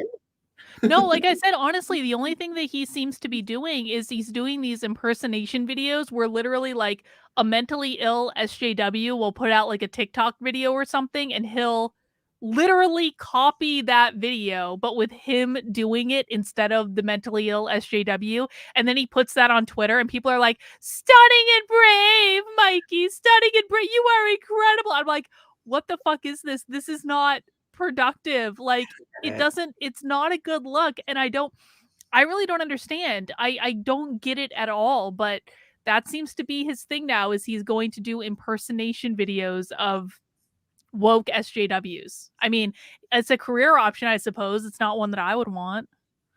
Well, I did scamper onto his channel just to see if anything had happened, and no. Am I still the most popular video on his channel? Of course I am. Yeah, by far. And I mean, and how much does that suck for him? Literally, the only successful thing that Mike Harlow did in the entirety of 2020. Actually, no, he did this in 2021. He did it in December 2021. It's like, so the most successful thing that he's done in the last year plus is make a video about me where he took clips out of context. Like, bro, come on, you need to get a life. I mean, at least, I don't know. I think that's one thing I'll say at the end of 2022 is I'm just writing him off completely. I don't think he's going to do anything. And no, he can't. He doesn't know how to.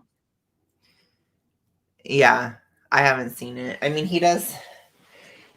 So we can pivot to the other thing where they tried to say that we sanction rape, I guess.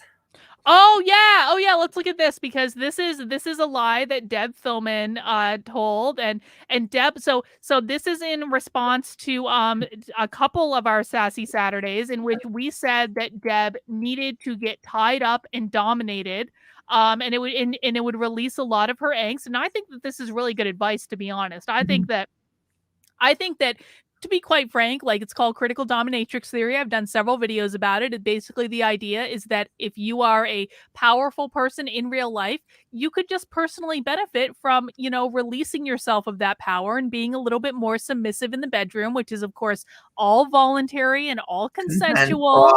We're not insinuating that anyone needs to be attacked or any of that. That's not what it is. It's consensual submission, which is, you know, what BDSM is. And so we suggested that Deb Philman might benefit from finding a man who can tie her to a bed and take her out of control. And Deb seemed to think that that we were saying that she needed to be sexually assaulted or something like that, which was, of course, not the point. Right. Which then Mike amplified the best he could and tried to say, which he did this whole last thread on me, and it was one of the most cringe things oh ever. Man, do you have that thread? I should look that thread up. I also think like I also think it's funny that Deb says we violated her copyright, which is basically just Deb being pissed off that we did a reaction video to her. It's not a violation of copyright, Deb. Even YouTube told you it wasn't a violation of copyright, Deb. It's like, not. I mean, that's the thing too. Like, they have a right to criticize us. Yeah. We have a right to criticize them. That's life, especially in 2022, right? Everybody has an opinion. Everybody's criticizing each other. But what I don't like is like when Mike lies. I'm gonna look up this. Did he actually tag you in it? He did tag me in it. Okay, so I'll be able to find it. Let me see. It didn't show up on my end though. It was weird when it happened. Let me see. Probably did he block you or something? I don't even know. Let me look up his Twitter, mentioning this account, GraphicallyAlex. He is such a little bitch, honestly. He really is. It's really bad. Look, all I can tell you, is it this one? What does it say? Yeah, that's that one. So, nah, buddy, you don't get to just quietly slip out the back door now that your master's ship has sunk. So apparently my ship has sunk and I'm your master, which is, you know, really good information. You sat there every week attacking innocent people. For what exactly? You went after people's families, people's abilities, looks, #irony, religion, sexual orientation. You encourage sexual violence. This is what Deb was saying. Like, we encourage sexual violence because we said that Deb needed to get tied up and dominated by a man of her choice. Like, that's not sexual violence, Mikey. Reasons. It's not. What did Deb Philman ever do to you? You went after Carrie Smith, even her pastor, for dozens of hours. What did Carrie ever do to you? You sat there parroting every lie. Defaming people you don't know. This is the whole fucking thread. Jesus Christ. It's called projection. You sat there encouraging sexual harassment and abuse of he who shall not be named, who is not a good man. Why though? What did he ever do to you? You've made multiple hate videos. Have you made multiple hate videos about him? No. No, well, you haven't. I did one. He got one. Well, maybe he got two now because he did this. This is like when Carrie says that I've made 40 videos about her when I have provably not made 40 videos about her at all. You know who I've done more hate content on than anybody is probably freaking John Doyle and Hunter Avalon, and they take it way better than Mike did with my one little criticism of Mike, which Mike is a bitch. He's a bitch. And look, John Doyle and Hunter Avalon are not like the strongest, most manly men that ever existed. No. Either. And Mike is a bitch, basically. I hate to say it, but you're not wrong. You're not wrong. You've made multiple hate videos on me, a person you don't know, and have never spoken one word to. Why? Exactly. This is a whole fucking goddamn. When my dad was in the hospital in a coma on Father's Day, you sat there for 5.5 hours with Carlin defaming me, talking about my dad's house, saying I'm fine with it and he did it to himself at 91 years old. That's not what we said at all. No. In fact, we prayed for his father. Right. And I don't fucking pray, and I still prayed for his father. Right. It was fine. I mean, we literally said, I don't go after people's families. Like, I'm not a leftist, you know. I get that they are still leftist, so they project like a leftist does. But I don't go after people's families. I don't. You've gone after Deb Philman's motherhood. How have you gone after Deb's motherhood? I don't know. I think we just said she acted like she didn't like her kids, but that's just like, it's an impression. It's not necessarily real. That's just how she was acting, you know? I don't think it's real. I mean, she obviously loves her kids, but it was just how she kind of like, I don't know. It's something people do where they're parents and they just kind of, it's like they kind of complain about being a parent, you know, it's super basic stuff, but we were just saying, oh gosh, why is she talking about it that way? Because it's kind of like weird. But well, Deb was the one that was tweeting about her kids running away from her and wanting to live with their father. Like, she's the one that put that out there publicly. That was her fault. I'm sorry. She didn't need to tweet about that. You're only known for one thing, Alex. Being a bully. And even worse, you are a puppet for an even bigger bully. Me. Attacking people, not even for your own delusional resentments, but for someone else's. For what exactly? Attention, validation, the comfort of irrational hatred. I hope this is not who you truly are. Maybe you can look inward, not just at the things you did, but the more posing question, why? Anyway, best of luck with your goals, but remember, the internet is forever. This is the first time I've ever acknowledged you, and it will be the last. Oh, all I can say to that is projection. He's the one that's gunning for Carrie, that for beefs that aren't even his. He's the one who's being the gay pet for Carrie. Oh God, it's so true. It's so true. He's the one that's all these things. He is so desperate to be freaking famous. And this was all in response to you saying you didn't want to do Sassy Saturday anymore publicly, which wasn't even like nothing had happened between you and I. It wasn't a breakup of any sort. You weren't like it was just you saying you're not going to do Sassy Saturday, and he retweets you and does this whole fucking thread about how you're an awful person. Which I literally said, I did a video about how Elijah and Sydney split, which that's probably my biggest video, which is really weird. Do you know why they split? Because I don't. At the time I was mostly speculating, but I basically said that I think Elijah had gone a little too sort of down the rabbit hole, or like a little crazy, and he was pushing like these very intense sort of,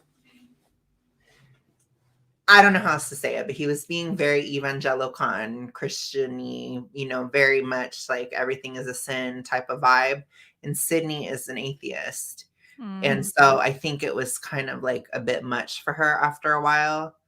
I think she went on Blair White and she basically said that there was some stuff going on behind the scenes. Not necessarily, she didn't call out Elijah, but she kind of said that a lot of people on the right were very much, Christian in the streets, but a freak in the sheets kind of thing, or like just very much like they're doing coke and, group sex and just weird shit like that. But then on the public side, they're, Mr. Christian type of thing. So I think it kind of irritated her. And again, she's an atheist. So I think a lot of times people don't get it, but I believe there are people that are just genetically atheists, right? So they're just atheists. It's just how they are. They don't connect with God in that way.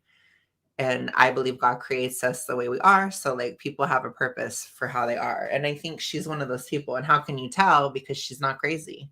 She's atheist, but she's not crazy, immoral. She doesn't do anything like, she's not like a woke leftist SJW. She doesn't create a religion out of nothing. She just lives her life as an atheist. And I think it got to be too much for her. That was my opinion, which that's what I said. And I didn't like hate on Elijah, because it was my opinion that Elijah got very close to John Doyle and he was very influenced by John, where he really liked a lot of what John Doyle was saying. And I think it kind of was like he was kind of radicalizing. And I think Sydney just couldn't take it. And people speculate about like the chat as well, like, 'cause they really hated her. Oh, God. It was very woman bad chat. This is another reason why I don't want to participate in any of this content creator stuff, because like the chats are awful. This is why I moderate my chat. So I think it was just a lot of different things. Yeah, so that's what I think. That's what I think a lot of her reasons were that she left. I think she kind of, and she also expressed in later streams or in later comments that she didn't have as much creative input as she would have liked, or she felt like he was too sporadic, which I understand. That's just like a professional conflict situation, which she's very planned. She likes to structure things. You know, she does her videos where she writes her script and she does it that way. Whereas Elijah is like, the news just came in, like we're changing the whole show, right? And I think that irritated her. So I think there was just a lot of different factors. That's my opinion. And I think it was the professional side too, where she didn't like how spontaneous the show was, which that's just how Elijah is. Elijah's crazy. So he's going to do his thing. But Elijah has other issues, you know, like he got fired from the Blaze. And well, let's talk about that. And I'll say this too, like not every relationship is meant to last forever. Like it's just the way it goes. But you put out this short, Alex, and I need to hook up the sound about Christian Walker exposing Elijah Schaffer. Let's just take a quick look. From his job for inappropriate behavior. And not even a year ago. Rewind and start it again. Also, I can't hear it. Hang on. I need to update my sound. Christian was so mad that Elijah came after him. Oh, God.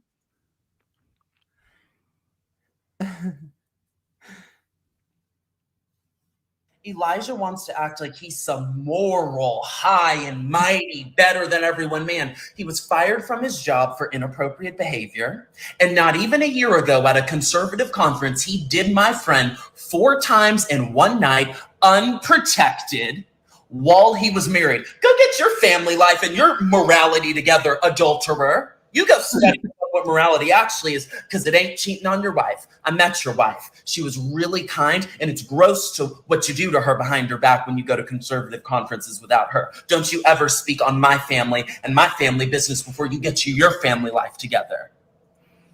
Cheater. That's the thing. I love it so much. Christian Walker, a lot of people act like Christian is like leftisty, but he is dyed-in-the-wool conservative. That is he is. Yes. That is how we go. So he attacked, like, if you fuck with a true blue conservative, they come after you hardcore. And he did that. And I was like, as a conservative, I was like, yeah, that's a conservative. But also I was like, ooh, you know, because Elijah, I do think Elijah is a conservative, but he's like he doesn't want to be. He's like a self-hating conservative. Well, let's see what Elijah did to deserve this, though, because, like, listen, I want to say too, I like Elijah. I don't agree with Elijah on a lot of stuff, but I like him as a person. I think he has a good energy. Like, even though I think he's a little bit alt-righty, like, I actually really like him. I think his wife is lovely. I agree with Christian on that 100%. But I don't dislike Elijah, but he kind of did poke the bear, to be honest. He said, really thankful for Herschel Walker's son for helping Democrats secure another seat in the Senate. No one is better at electing Democrats than Republicans. Really spectacular job this round. And Christian basically responded in the way that he did. And then he made another video, and you know what? I like it. I like the fire. I do. I think it's funny. I just think it's, you know, personally for me, I was not a fan of Christian's timing. I really was upset when he did that from a strategic standpoint. I wish he would have done it just way in the beginning, you know, like right when it started. But I understand why he did it. He was trying his best to be supportive, and I guess he just reached a peak moment where he just couldn't handle it anymore, right? Like he couldn't hold back anymore. And it sucked, but ultimately, there's a lot of reasons why Herschel Walker lost. And I think Mitch McConnell has more to do with it than Christian Walker. I'll just put it to you that way. So. I mean, I always knew he was going to lose. I knew the Libertarian was going to probably spoil it, and he did. But I also knew that the Libertarian who spoiled it was a left-leaning Libertarian. He was not a right-leaning Libertarian. He's probably the one that caused the runoff. But you know, I mean, ultimately those votes were going to go back for the Democrat. And no offense, but like conservatives are fucking lazy, especially in Georgia, and they weren't going to go out and vote for Herschel Walker. And it's like, you know, I mean, it's just like I knew he wasn't going to win, and I'm actually, like, because I really like Christian too. Like, I'm glad for Christian that he doesn't have to put up with that. I really am. I wouldn't wish that on anyone. On a personal level, I never commented on his issues in that sense, because you don't want to get involved with somebody's family issues. And so I don't know why Elijah was doing that, but Yeah, it's like that was unnecessary. Yeah, and I think it was just, I don't know. Elijah gets into a lot of trouble, I guess. That's what I'll say. But I'm not as much of a fan of his, but I could be won over, but I'm not, so I'll say that. It's I not like I don't hate him, but I don't like him because I think that I don't think he's helpful to the movement. And whenever somebody I don't think he is either. I just think he's funny and entertaining. I don't know. Well, then just be an entertainer, like don't be a politician or don't be in politics, because he doesn't help. I think he is definitely furthering the divide in a lot of ways. Mm-hmm. That's what I would say. And I think that I don't want to claim him as a conservative, but I do think he is one. And it makes me want to die a little bit inside because he's so bad. But who I will not claim John Doyle. John Doyle is a little much. I watched for one of my Nitwits episodes. No. Did you watch the debate he did with Hunter Avalon? I did. In person? I thought Hunter won. I'm sorry, I did. I thought John Doyle performed horribly in that debate. It's hard to choose a winner, in that type of dynamic. You just don't like Hunter. Well, I don't like John either, though. He's your first nemesis. No, I've had many other. He's the most well-known one I've had. But I think the thing is, that debate was so awful. And then there was that weird moment in the debate where John Doyle just went totally racist, right towards the end, where he just went ham. And I was like, what the fuck is this? And I was so angry because I resent that he calls himself a conservative. I resent that people view him as one. And I will say it on here, he is a communist. I believe John Doyle is a traditionalistic communist because he believes the government should control the media. He believes in really insane things. He's a fascist. Well, there you go. He is nuts. He is absolutely crazy. He has more in common with the communist than with the conservative. So he is very bad. I'll put it to you that way. And I just, oh God, like I said, I do not like Elijah, but Elijah is, I have to claim a lot of people I don't want to. I have to claim Lydia. She is definitely a conservative. Oh, fucking Lydia. What the fuck happened with Lydia? Lydia fucking, oh my God, we have to talk about this. Hang on, I want to put Lydia on the back burner for right now because I want to come back to, you got in a feud with Hunter Avalon. Oh God. Walk us through this, because Alex, you performed so beautifully. I was so proud of you. I thought it was so great. I was like, I have taught him well. I hope you learned something from me. I think you did, but walk us through your feud with Hunter Avalon. So Hunter Avalon, I never liked. So I never liked him even when he was on the right. Well, on the right, let's be real. He was probably just grifting, but I never liked him in general. I still think he's just grifting. I don't think he's anything. I think we established that. Yeah, I agree with that. I don't think he has any principles at all. No, I don't think he has any opinions of his own. I think it's just, he's one of those people where everything he does is just what will cause the most the most hate, what will get me the most clicks. That's very much how he functions as a content creator. And he was very cringy always. And of course, when he was on the right, he was super anti-gay, hated the gays, thought he was definitely one of those. He still does, in my opinion. I think he is very much in that category, but he was very much cringe at that time. So I didn't watch him. And so then he turns leftist, which was crazy. Well, first he says, I'm a libertarian. Which no, he's not a libertarian. No.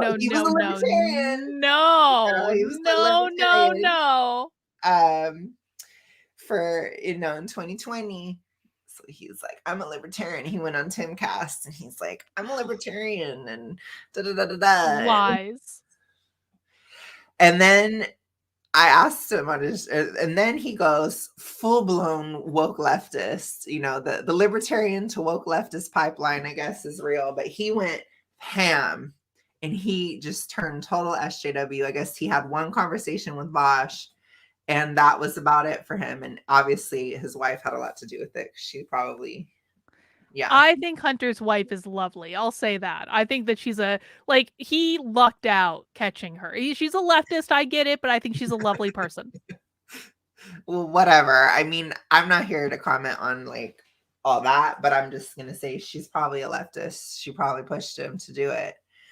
And the thing is that Hunter, even his like explanation was so extra, where he was like, I believed that it was so horrible for us to have children at this time.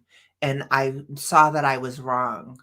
So I thought I'm wrong about everything. And I'm like, okay, like, first of all, like as a conservative, having children is not a bad thing. That's like a leftist thing. You know, that's a lefties or leftists. They're very anti-natalist and they think having a child will ruin your life. Maybe even a libertarian thing for a large proportion of libertarians. They don't want to have kids, but libertarians don't care. A lot of libertarians have kids. What are you talking about? Well, a lot of them don't want them too. You know, I think it's split. A lot of stuff libertarians are split on. I don't agree with that, but okay. Well, I'm not going to argue with that point right now. I don't care. I don't care enough to argue with you about it.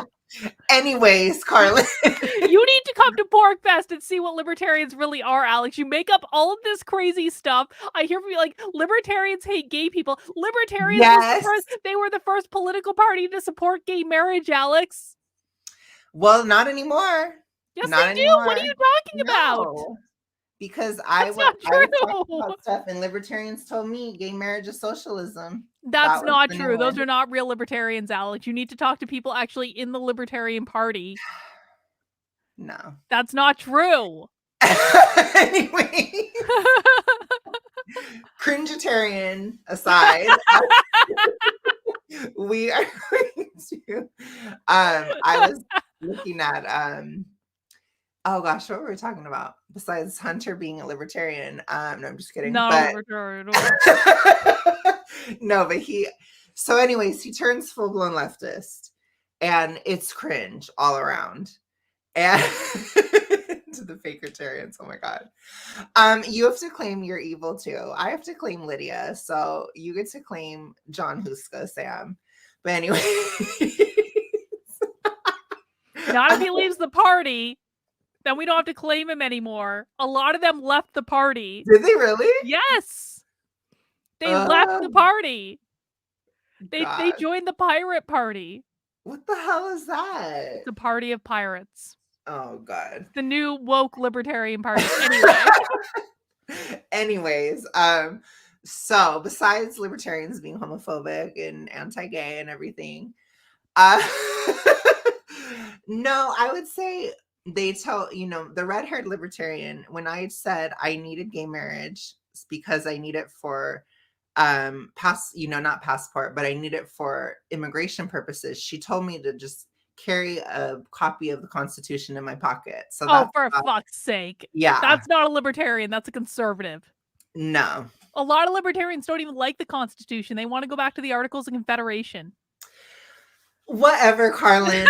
You know, it's true. Matt Walsh, he needs to do a "What is a Libertarian" documentary. Matt Walsh is not a fucking. Don't put that fucking evil on me. He's not a libertarian, but he needs to go to Porkfest and ask somebody. No, Matt Walsh will be reprimanding everyone for smoking weed. What are you talking about?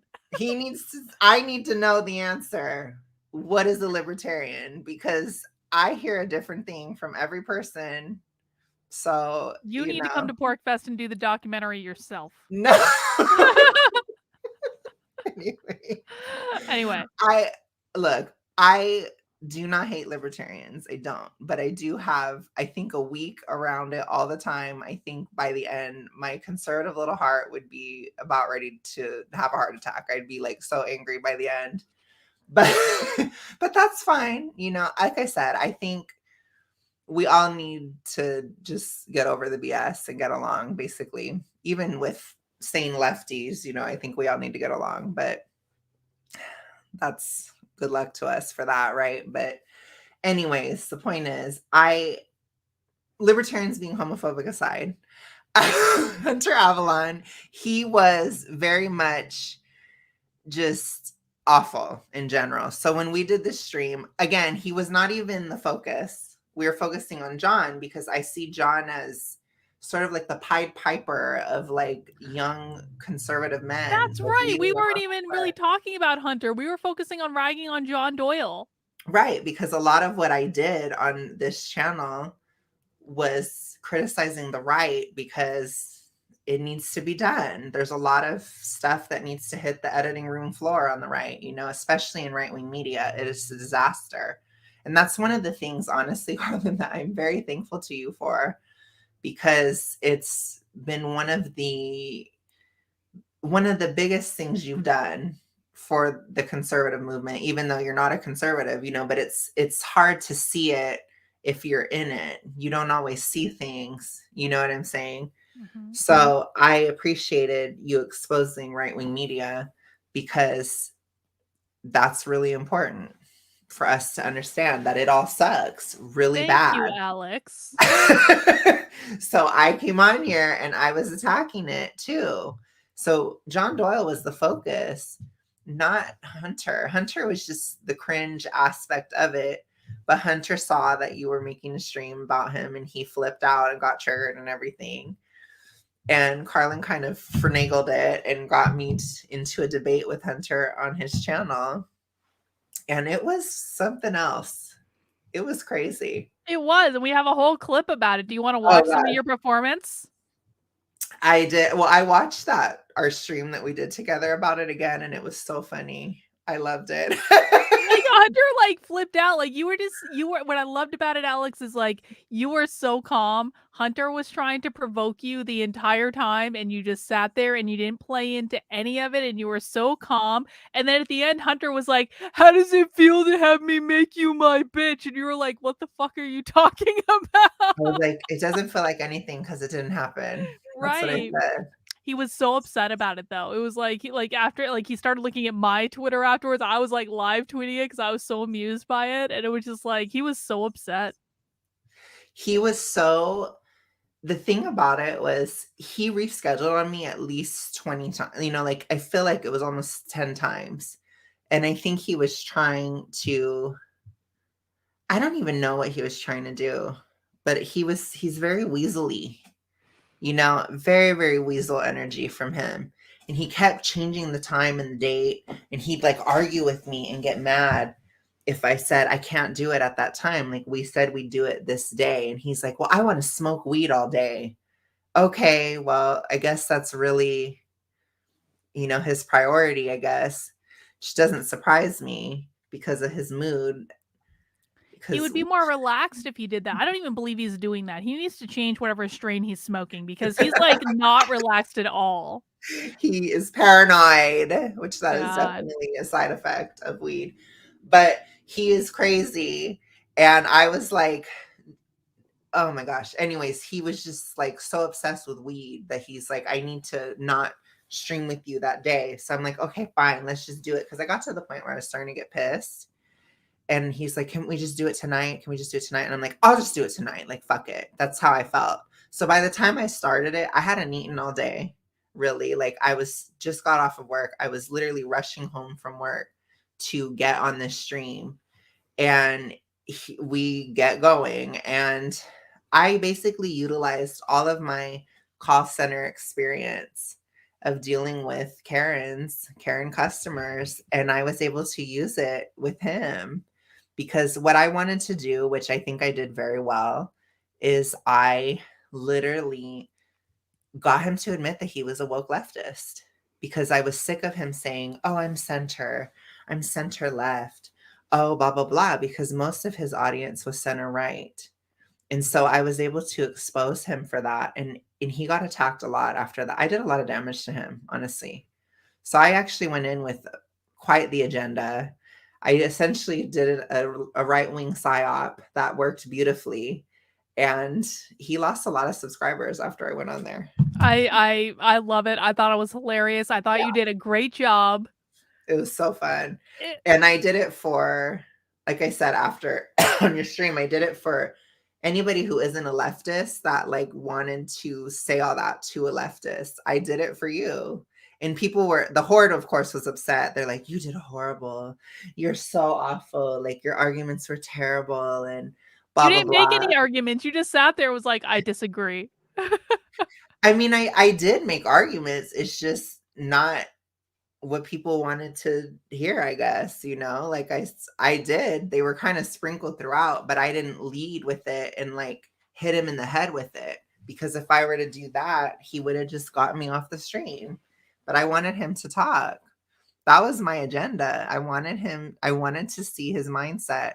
And he literally, I got him to compare the vaccine to, like, he said not getting the vax is like drunk driving. That is crazy. That is crazy. That is insane. Like, this is the mindset of this guy. Like, nobody else got him to say this shit.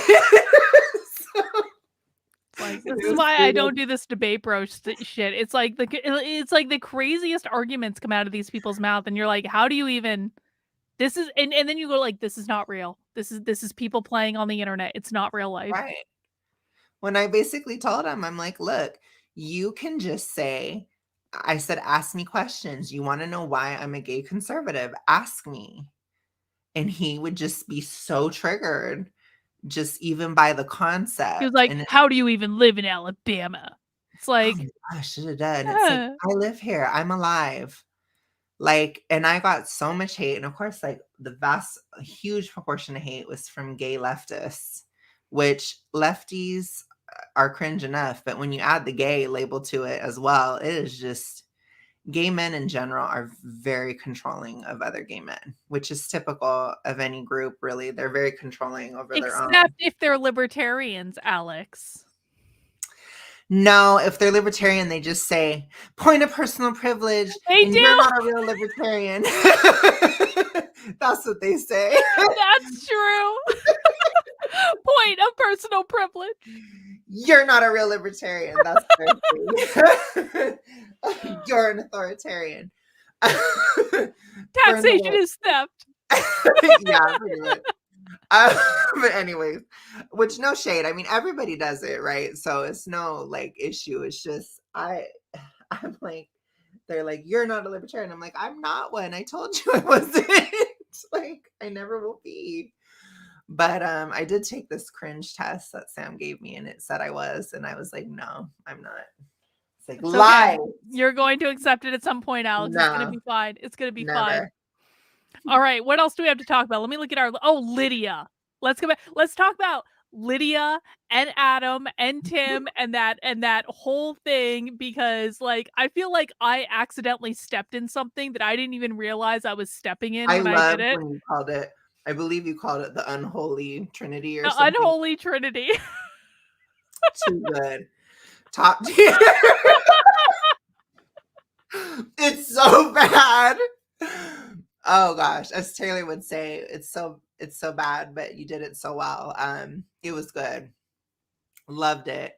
But I think, I don't know, and it's weird too, because so is Adam like super right wing now, or like what is he? Adam is like woke right. I don't even know what he is. It's like sad and pathetic. It's like I felt like I was so nice to Adam throughout this entire. I could have been much meaner to Adam than I was, and it's like he was just such a dick about it. It's like so it started for me when so many people, Sam Carlin is right, tip jar, exactly. Everyone owes me $2. So it started when like people started posting in my locals that Adam like talked about why he left Timcast, and then I was bored one night. I was like, fuck it, I'm gonna do a reaction video to this. I had no idea that Adam had been like going around kind of saying that he was gonna spill the beans about what actually happened, and of course, like, I knew what happened because Adam told me what happened like a week after it happened when we were in Philadelphia. And so I knew what happened already. And I was like, I have no loyalty to Adam. He can go fuck himself.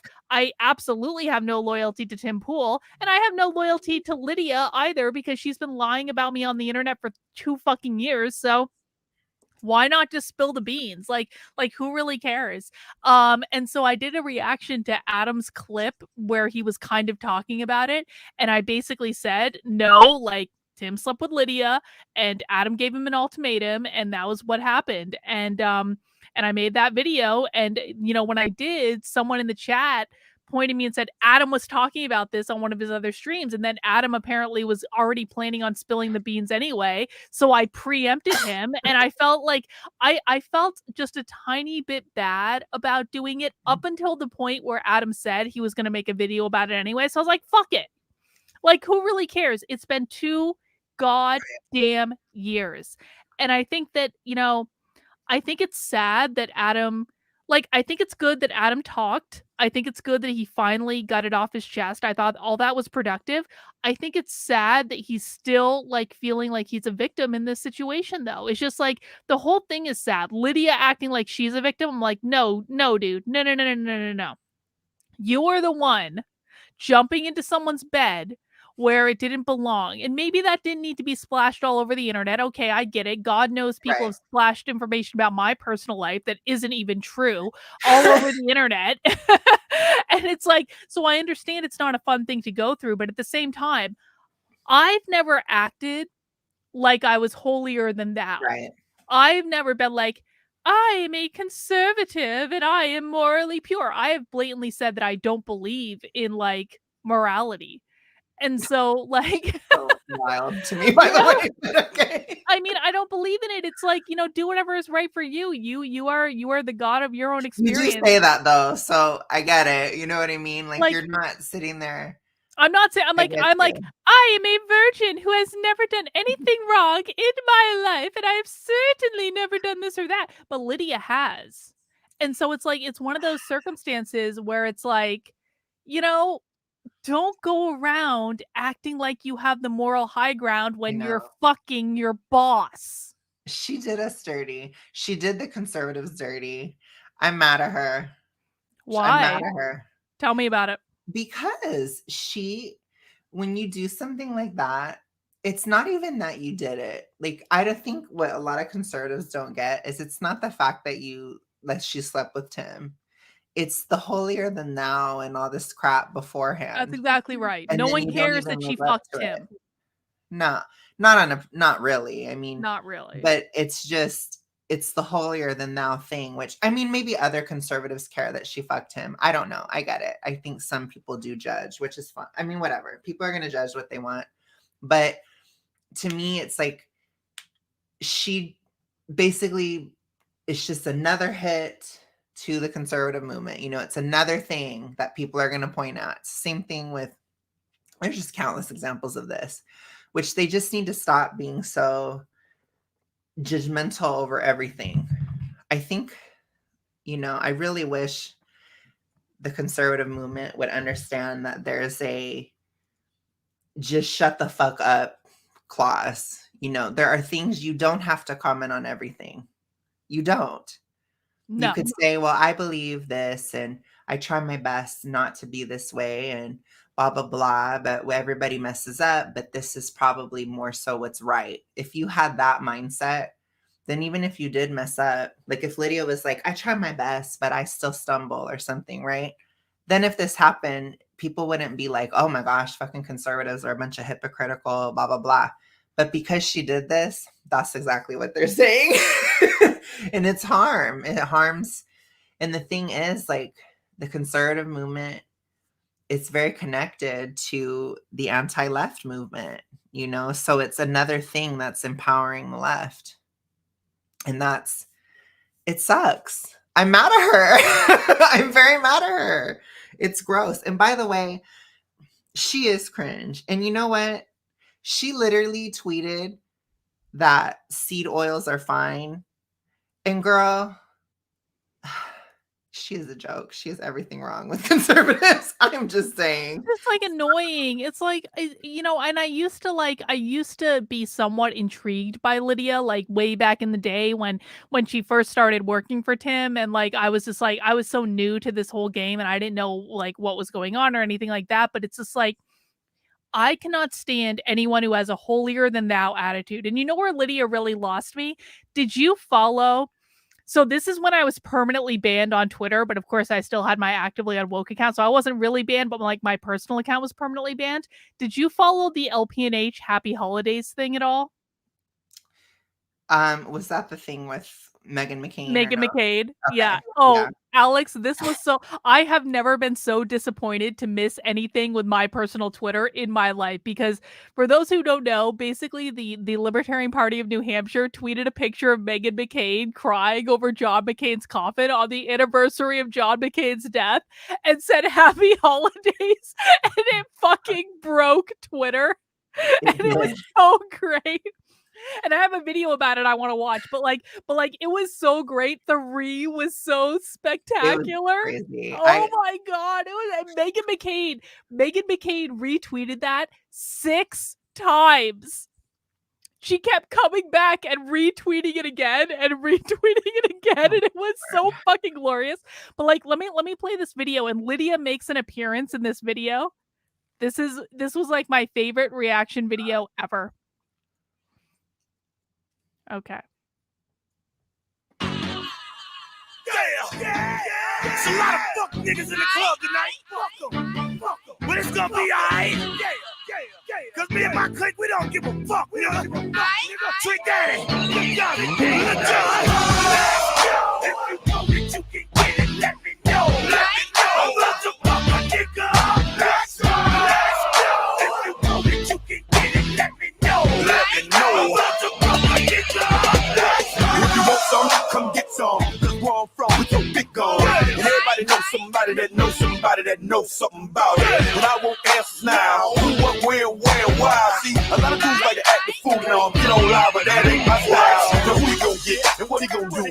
Run up on me if you want to. Hot damn pressing his homies. He's done up in front of his mama. I'm up the floor with him. And I can get his fool that go get him. I got fools that'll go get him. That's for him, the crew, and the dudes that run with him. Oh, Lydia. Yo, let me know. I'm about to fuck my nigga up. Let's go. If you know that you can get it, let me know. I'm about to fuck my nigga up. Let's go. Gotta spit it for the murderers and the killers and the thugsters. They be fucking up the ballers and the dealers and the hustlers. Got me coming at you bogus in the VI while they bumping Russia. Stuff from Chicago, rolling with the Maya.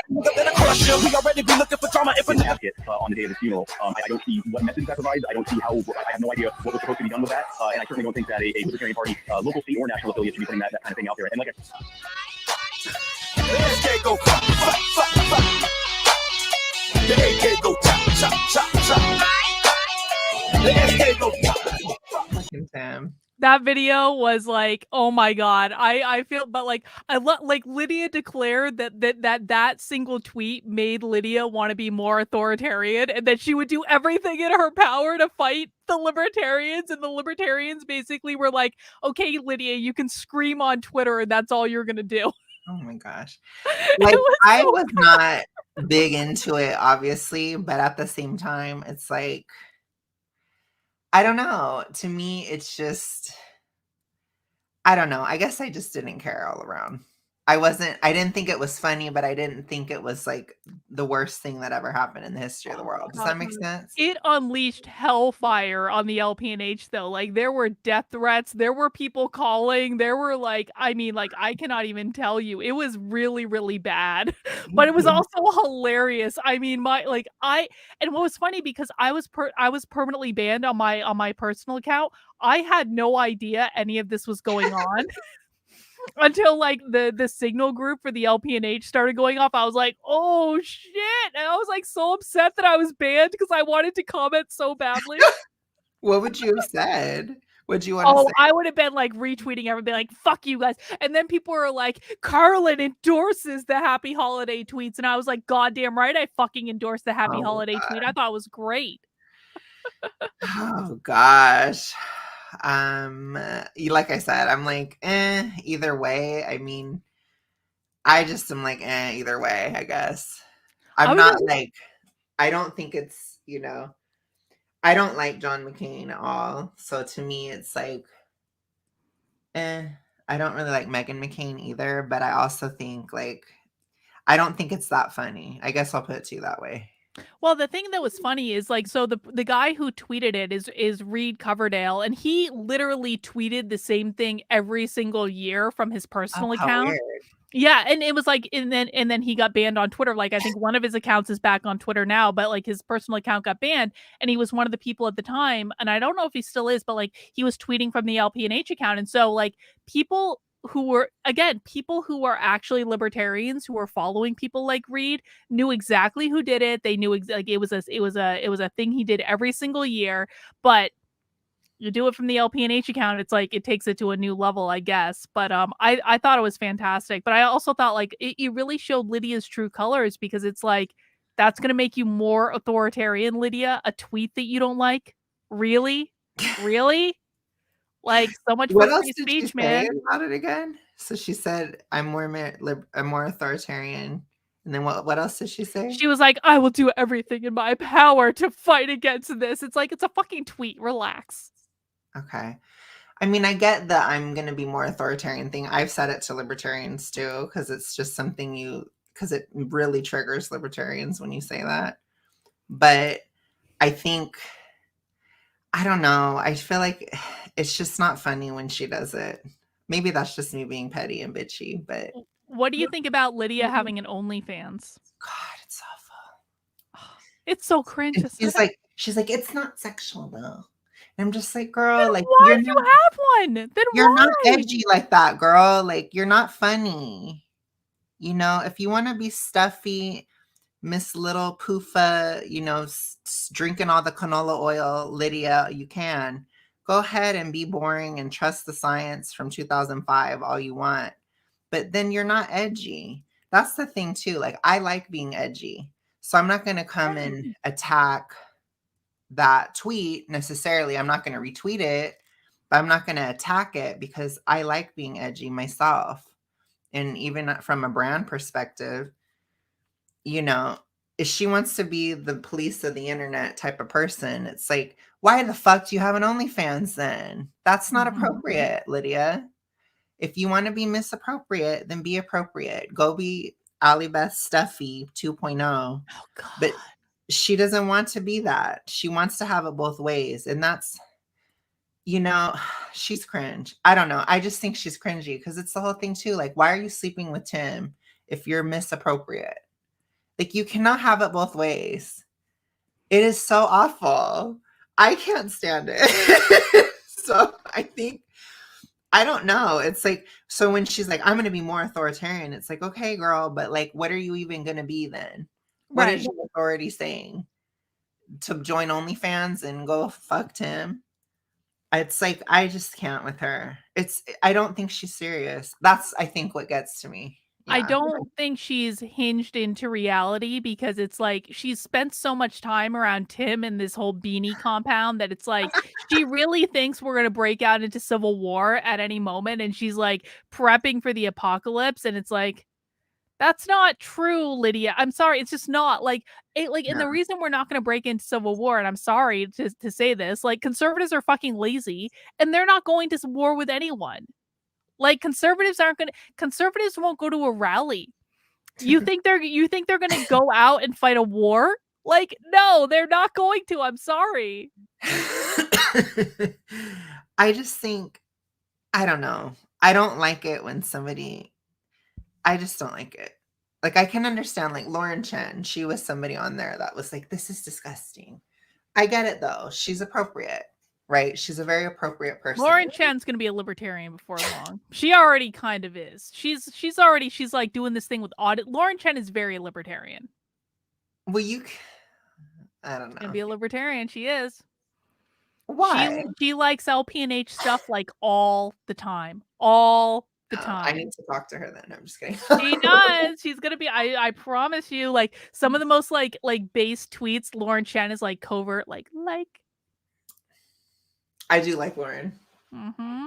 I like Lauren Southern too, which that documentary she did was oh my God, that documentary was incredible, wasn't it? I was like, I felt like so it was very validating for me because I thought that I was the only one who had been through that type of bullshit, but like that documentary was incredible. She did a great job. So good. And the thing is that you tried to say things, but it's like you don't speak conservative, whereas she does. So she could say it to where the audience that needed to hear it most would hear it. So that's why it was so important that she did it, just because of the way she talks. Because a lot of stuff you had said that, but you speak in a very different way. You know what I mean? Like you're just more, I don't know. You're not you were not born and raised on the right, to say the least. That just isn't your story. No. So it's like you don't understand all the cultural things, whereas she does. And so the way that she talked about it and everything, and even just the presentation of it, people will listen. Even for me, I can be a bit edgy for a lot of conservatives. Not all. There's like a good amount that do like me, but there is that side of conservative where they really want somebody put together all the time, But I think that can be kind of, I don't know. It's like it's circle jerky, I guess, because it's like you're just talking to other conservatives, which is fine. But it's like I want to expand influence, like you want to be talking to the other side of things, or you want to build bridges or whatever, basically. Which that's an answer to any conservative has asked me, why do you go on Carlin's channel? Oh my goodness. Do you really get asked that? Yes. Also by the Horde, but that's obvious. But we've been like, people need to fucking relax. My God. I've gotten that from other conservatives too. So they do ask, and it's like, because like you want to represent, where it's not around. You know what I'm saying? I don't know. If conservatives listen to me, they would win a whole hell of a lot more than they're winning. If they start ballot harvesting, they'll win a lot more. I agree with that, but man, I gotta say, Alex, I felt particularly vindicated on election night when they lost on abortion. I was like, oh. And I had even stopped talking about it because I was so sick of getting the backlash from conservatives. I was so sick of it, but then I turned out to be right.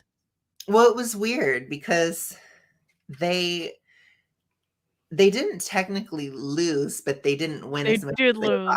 They lost the Senate. They literally lost the Senate. Yeah. They literally lost. But also they won the House. So barely. By a smidge. They should have won. They should have won by like 20 seats.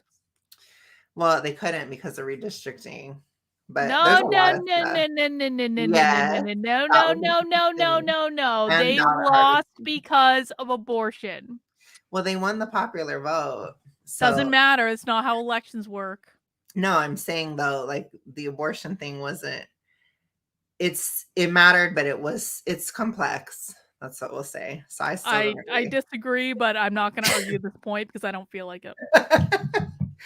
No, it was weird when the election happened because I remember thinking about it and I was like, me and Carlin were kind of both right, if that was even possible, because we believed totally opposite things, but it ended up being kind of weirdly like we were both right. So it's like it did have an effect, but it wasn't the only thing. And it's really weird because we're kind of like in an inverse of what happened in 2018. That's like almost exactly what happened, but it was the other way. Where the Democrats won the House, Republicans got the Senate, but just by a bit. It's the same thing. It's really weird, but hopefully 24 is better. Hopefully. Dragon Water says, Carlin, the drink looks good. So this is Pipe Dream Brewing from Londonderry, New Hampshire, and it's called Yum Cookie Stout. And it's a stout with notes of rich, dark chocolate with oatmeal cookies. And it's delicious. It tastes like a cookie. How weird. And it's 10% alcohol. Oh my gosh, what a sinner. Exactly. But I'm not a Christian, so I'm allowed. Lydia. Oh God. I don't need Lydia's permission. But like, what did you think about the other people in that drama? What did you think about the way Adam and Tim handled the whole thing? Because I was so incredulous about the whole thing.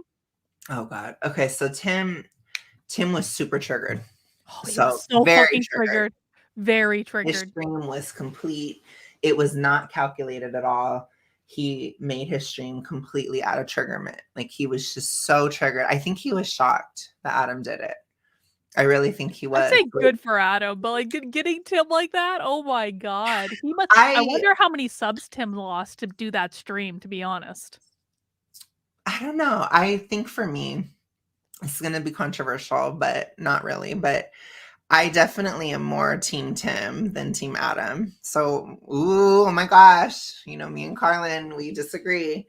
But we're never supposed to, what is it?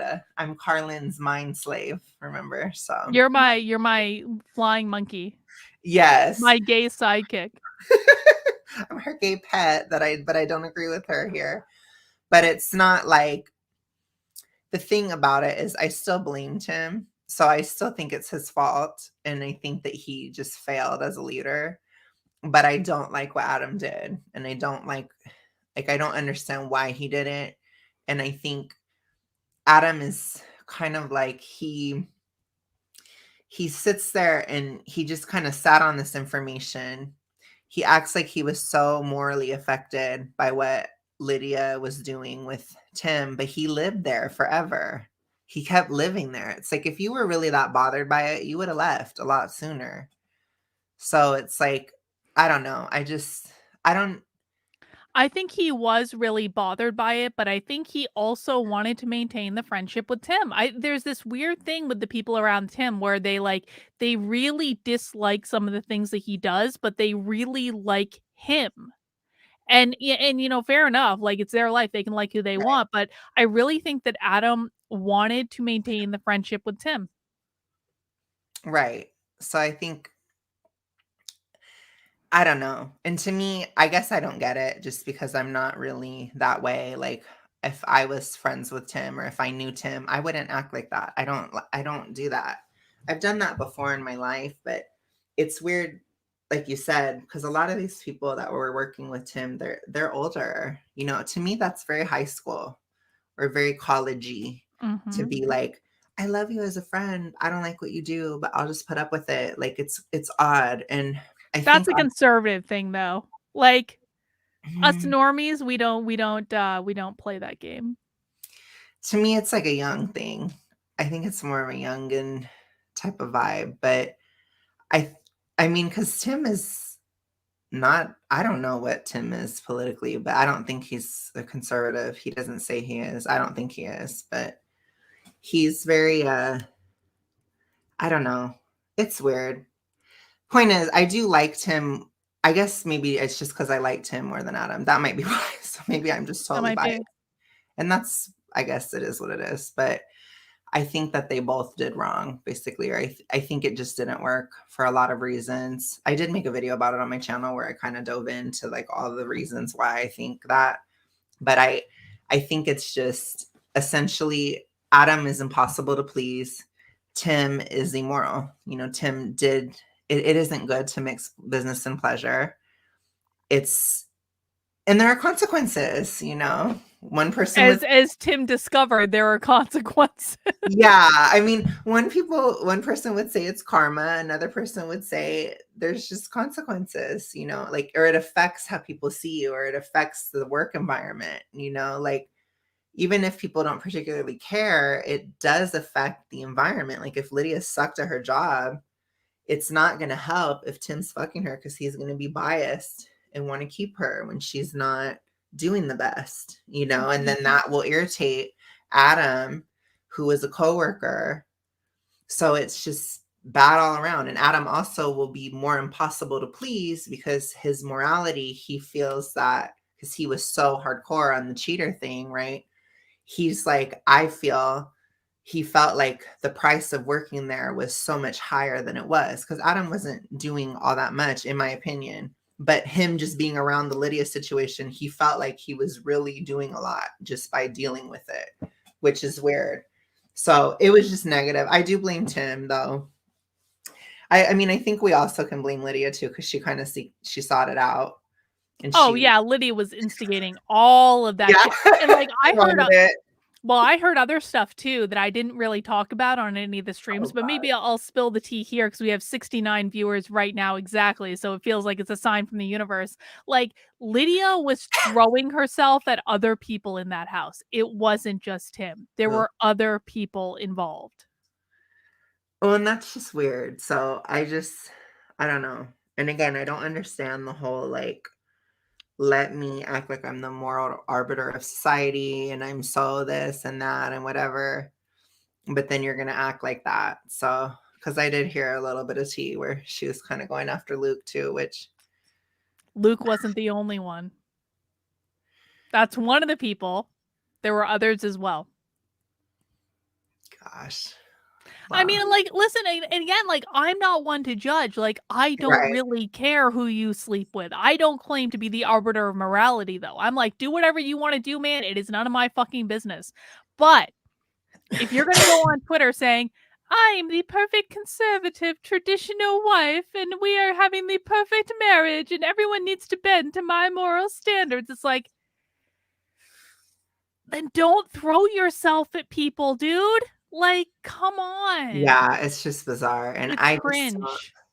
It is. And it's like, again, she just needs a nice cup of shut the fuck up. You know, it's like, especially if this is like a weak issue for you personally, like she is kind of a hoe. I'm just going to be honest.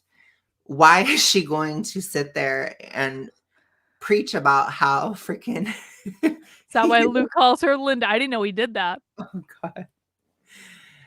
I mean, which again, I do not, I have, the thing with me that people need to understand too is, which is funny because Lisa always gets on my case, but I have a lot of ambivalence towards people, which the way I say it and the way that I mean it is I can very much love somebody or really like somebody, but I can also really not like them at all.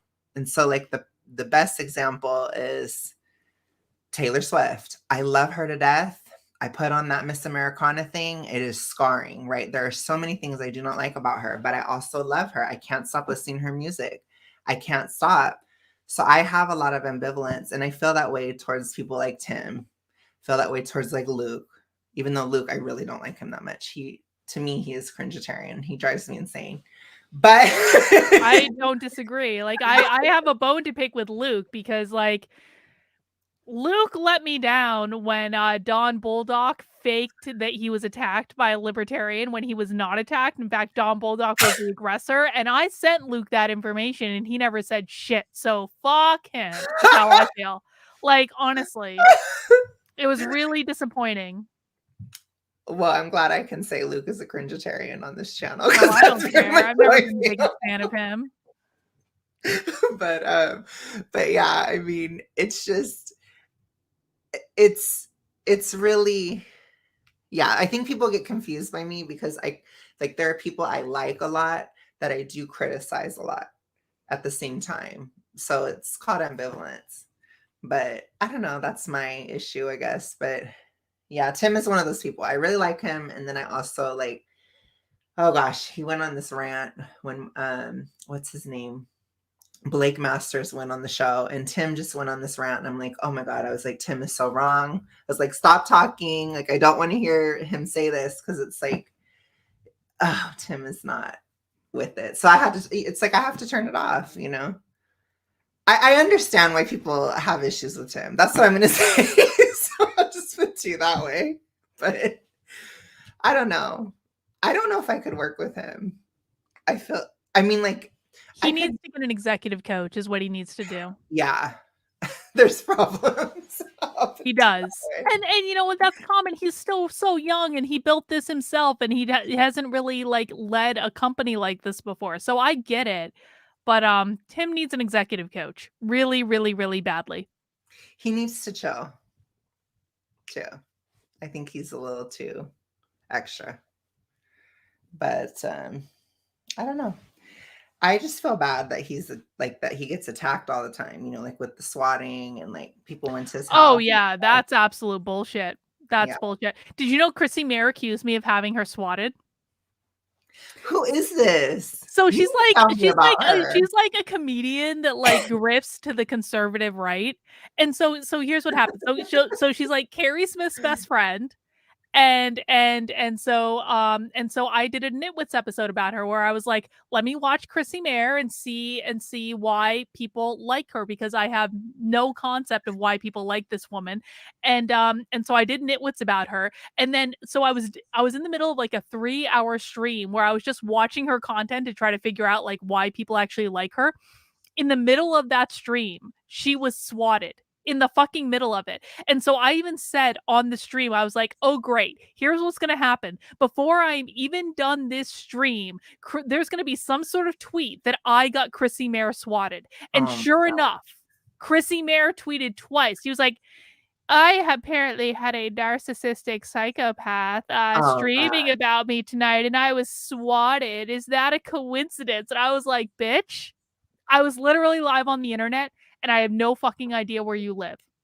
But she's like awful, Alex. Like I watched Chrissy to learn how to become an influencer. And do you know what I know? Do you know what I learned from being an influencer is that I have to wear my tops down like this, and I have to get a push-up bra, and I have to lose at least 50 pounds to be an influencer.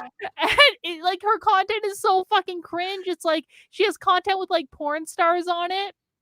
And like OnlyFans stars, and that's all she does. What? It's awful. It's so bad. How is she grifting to the right? I don't know, but Carrie was on her show, and Carrie was like, what? I swear to God, no, Carrie's on her show all the time, and Carrie's like, what? Wait, no. Maybe I can find a clip of it. Carrie was like, I had this narcissistic psychopath that's stalking me, and I don't really ever talk about it publicly, Chrissy, but maybe I should start talking about. I swear to God, Alex. That is the crime. You know what? I'm gonna find it. I'm gonna find it right now. We're gonna watch it. I will say this now. There's a part of me that definitely regrets that Sassy Saturday didn't continue, because that absolutely needed to be an episode. Oh, I cannot believe that. Let me show it to you. I'm gonna cue it up. You need to show it to me. I'm gonna find it right now. Hang on. Oh, I gotta play an ad. Hang word. On. It's like you're gonna die when you see this. Hang on. Oh shit, that's not what it is. What the fuck? That's so hang weird. on. I gotta find the spot. Oh wait, here it is. Oh, I queued it right up. I was like, perfect. Hang on. Okay, so this was streamed literally the day. Hang on. This was streamed literally the day after I did my Nitwit stream about her. Oh my God. You're gonna fucking die. Okay. Hang on, let me get this in theater mode. You make it bigger. Same thing to him. I was like, do you believe, God doesn't give you anything you can't handle? Because we're both talking about how people. Ooh, every time. Hang on.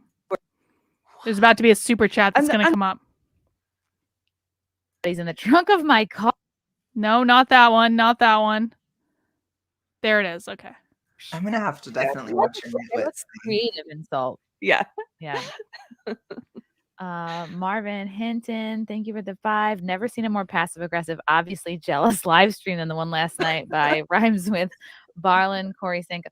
Yeah, it's so funny. She was doing the same thing that look at Carrie's face. We were talking about this with Aaron in April last night. Every online community has its lol cows. There are comedy lol cows, there are political lol cows, there are Twitch gaming lol cows, just people who are so painfully not self-aware. I'm painfully not self-aware, Alex. Projection, and instead of like working on themselves, they try to take other people down because they operate in a lack mentality. Like, oh, I see someone doing well. If I can just take them down, maybe I'll get their opportunities or their followers or their attention. And it was such projection, because she was all like, oh, if people are telling me to idolize this person, like, no one's telling you that. Like, are you kidding me?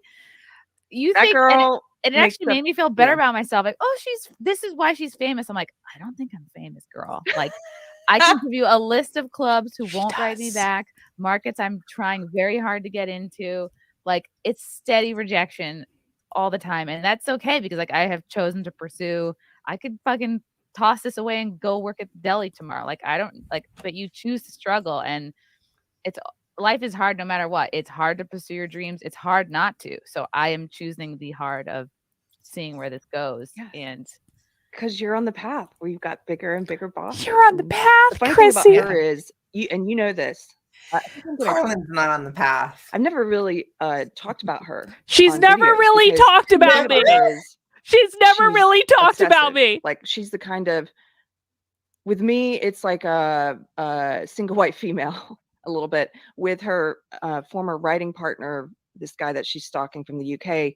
No, I'm it's stalking. like, and I'm stalking. gosh, Okay. it's like Fatal Attraction. It's different with different people, but she becomes attached like a barnacle. And the thing is, I know she's going to cut this because I never talk about her, and she's Never done like talks 40 about me. plus videos on 40 me, and plus I've been- videos! I wouldn't have Like- either had she not done a dedicated live stream. It's Live like, stream. girl, there's better uses of your time.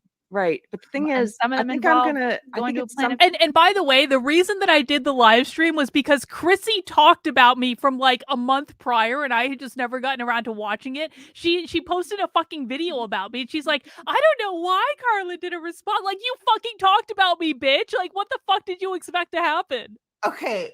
Anyway, hang on. Let's let Carrie finish. Hang on, and then I want your reaction. Okay. Oh, Planet Fitness. Oh, yeah.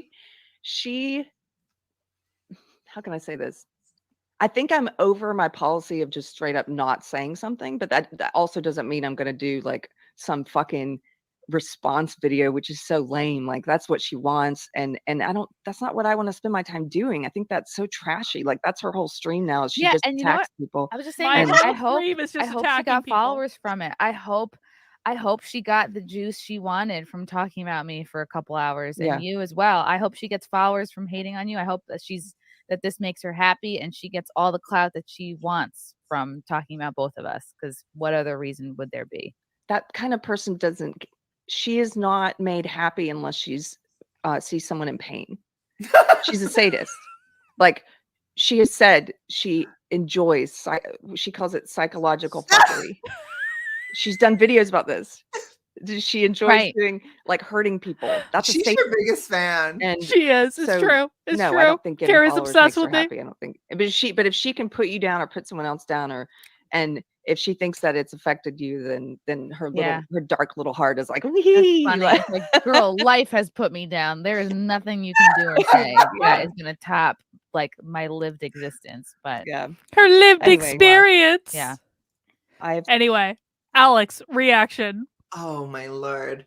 Well, can we just acknowledge the complete bald-faced lie that she has ever had an approach of not saying something? Carrie, this is like when Carrie with HG Tutor was like, I've got no contact with her HG. Like, no, you haven't, Carrie. Not in any way have you got no contact. I would give my right fucking arm for Carrie to go no contact. Holy shit. Like, it's like, I get it. Maybe Chrissy, whatever, she doesn't know, right? She doesn't know that Carrie's always tweeting about you or whatever. But it's like the bold-faced lie of this woman. It's just complete lies. I did love the dark little heart. That was everything. I loved the she lives to see people in pain. That's good. I'm gonna use that one. Well, it's like I literally, Alex, I have over 1,000 screenshots of tweets that Carrie Smith has sent about me. Over 1,000 screenshots. That's no joke. My favorite thing too is, my other favorite is, as soon as she sees your name, she changed her whole face and posture. And I get to talk about Carla. Oh. She went to this like at first she was gleeful, and then she's like, she put on her victimhood face. Yeah, it's just so hard. It's so hard. Oh gosh, it's just so hard to exist in the same world as Carlin Barseco. And it's like, girl. And then she's quoting you and all this, and it's like, she watches everything you do, I'm sure. Like, she's more of a fan than probably a lot of your fans, or a lot of your viewers. She probably knows it better than anyone, That's just so crazy. Carrie has people who she has literal flying monkeys who watch everything I do, and there will probably be clips from this stream on Twitter before we even end this stream, Alex. Dedication.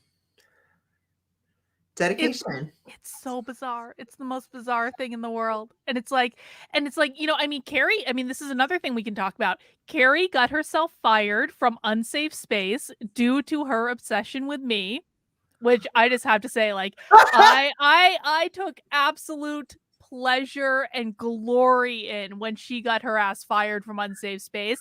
And then Carter sent her a cease and desist letter because Carrie went around the internet saying Carter stole half my company, when in fact, like, it was never half Carrie's company. Carter always owned the company.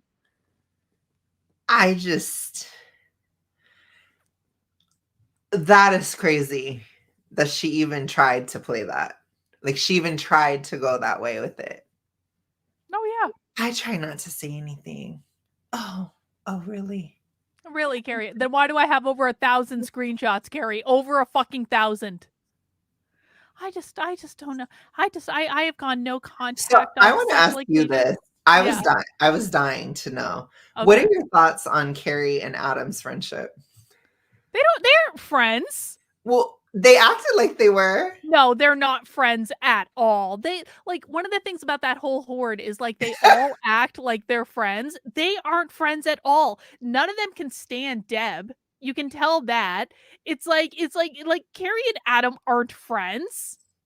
Like, I do think that Carrie and Mike Harlow are friends, like, in some weird way. I think they're, like, codependent on each other. But, like, Carrie and Mike Harlow are not friends with anyone else they claim to be friends with. Like, it's like, so I haven't watched the streams that Mike has done with the Queen. But, like, what I've been told is that they're incredibly uncomfortable to watch. And I know the Queen well enough to know that he is not friends with Mike Harlow. He's using Mike Harlow to get clout. Like, it's so obvious to me. Well, I watched one of theirs, and it was, you know, the Queen said he missed Sassy Saturday, and he said it's a shame that it wasn't going on anymore. So. Oh, really, Karen? Yeah. Oh, hi. Yeah. Hi, Karen. We're back. Merry Christmas. Merry Christmas, or Karen. Carrie, you know, or the horde, you know, I'm satanic for being here. So I'm evil. I mean, whatever. Like, like, I just have nothing to say to that. It's like, it's so stupid. Like, you know, it was funny going back through all of Carrie's tweets to write Surviving Carrie Smith, which is survivingcarriesmith.substack.com, where you can see every bullshit thing that Carrie Smith has ever said about me. But it's like, it was so bizarre to see it, because it was like, when I tweeted the Hitler went to heaven thing, Carrie wasn't even outraged. Her first tweet was laughing about it. She was laughing. She was like, oh, here we go. And she had another reason to attack me. And I was just like, and then Alex, that month that I tweeted that, she sent over 100 fucking tweets about me. In that single month. In that single month. Over 100 fucking tweets about me. I think she was so happy because it was like a time to do a pile-on. Yeah, that's exactly what they were all doing, a pile-on. It's like, it's so transparent. It's like, and at the same time, Mike Harlow just happened to do a video about me, which is the most successful thing he's ever done on his channel, is about me, because he has nothing else. Like, Carrie writes an essay about how I'm her abusive mother. That disaffected asshole, and I just found this out this week, like, did these shows where he literally put images of me in his thumbnails. Like, all around the same time period. I'm like, you are all grifters, man. Oh, yeah, well, like, Hunter Avalon grifted off of it too. Oh yeah, he did. Everyone did. Everyone did. It's just like, do you guys have no lives? It's so ridiculous. But that was a really eye-opening experience for me, I have to say. I loved the discussion with Hunter. I will say that. Where I left midstream, or he kicked me out, and then he wanted me to come back so bad, and I was like, no, fuck you. Oh God, it was chef's kiss. I was playing Sims when I listened to it, and it was just gorgeous. It was gorgeous. I love your work. It was everything. It was everything. I loved it. I loved it so much. It just, that was a good Christmas gift last year. And Sin says, Merry Sassy Christmas. Couldn't resist. Thank you, Sin. Yeah, I mean, I think like, you know, it was like one of those times when I was like, this really shows me who exactly the conservative right is. And actually, I have another clip that I want to play because, hang on, where is it? I think I just loved it because Hunter, the way that he is, like, he just could not compute. You know what I mean? Like, he could not understand what you were saying at all in any way, shape, or form. And like, you just were like, well, da da da da da. And he's like, what? Because you know how he is. So he's like that with everything. And it just, oh God, it was beautiful. I loved it. It was so dumb. But you know who else attacked me around that time was the quartering. And the quartering engaged in the pylon as well. And this was also around the same time that I got the restraining order from that school board meeting where I yelled, "We know where you live" at a school board meeting, and they told me I couldn't come back. And I wasn't going to anyway because we got the superintendent fired that night. So I was like, we already won. I don't even need to go back. But like, what was funny is the quartering started attacking me, and he was like, "You are a leftist." And I was like, what the fuck are you talking about? I was literally implementing Jeremy Kauffman's tactics. And Jeremy Kauffman, as everyone knows, is the CEO of Librarian Odyssey. Right. And so the quartering's not going to go after Jeremy Kauffman, right? Who is a staunch and principled libertarian. He's going to come after me for doing the thing that Jeremy Kauffman did. And so I want to play this clip real quick. God, this is funny. Because like we went to multiple school board meetings. This was like a Libertarian Party of New Hampshire project. And so the quartering made this big deal about like canceling me on Twitter because he was like, "You're a leftist. You were always a leftist. You're using leftist tactics." And I was basically like, would you say the same thing of Jeremy Kauffman, because he did it before me? So let me play this clip. Excuse me, I have just read the rules of order for the meeting. I would ask the public to refrain from comments. That's Jeremy Kauffman yelling, "We know where you live," December 2nd. And then 2 weeks later, I'm going to recess right now, and I will confer with law enforcement regarding how to proceed. Okay. 2 weeks later. Excuse me. I have been very patient. Excuse me. Your 3 minutes. Your 3 minutes is up. Please sit down and let the next speaker move forward. That's it. I'm calling a recess again. Thank you.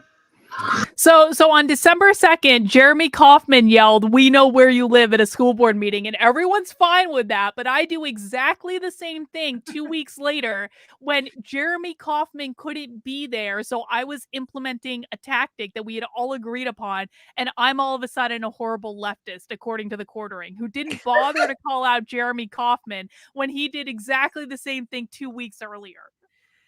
Oh my gosh. Well, I don't know too much about the quartering. I don't even know what he did. I'm using all of Sam's zingers, but Sam calls him a low resolution Tim Pool. He is the low resolution Tim Pool. It's like, my God, man. To me, quartering is just very tabloidy. So I thought it was like a tabloid or something. That's what I thought of it as. Is that what it is, or is it? I mean, basically, it's just like it's like I just don't understand it.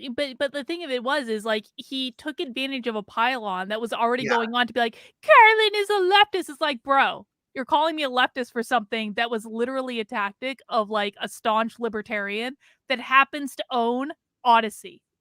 I mean, come on. Right. I don't know. It's so weird. The most I see of the quartering is his commercials about his coffee. And oh God, I don't even watch him anymore. Before you watch this Tim Pool video, would you like my coffee? You know, that's all I know. So, which I don't know how that works.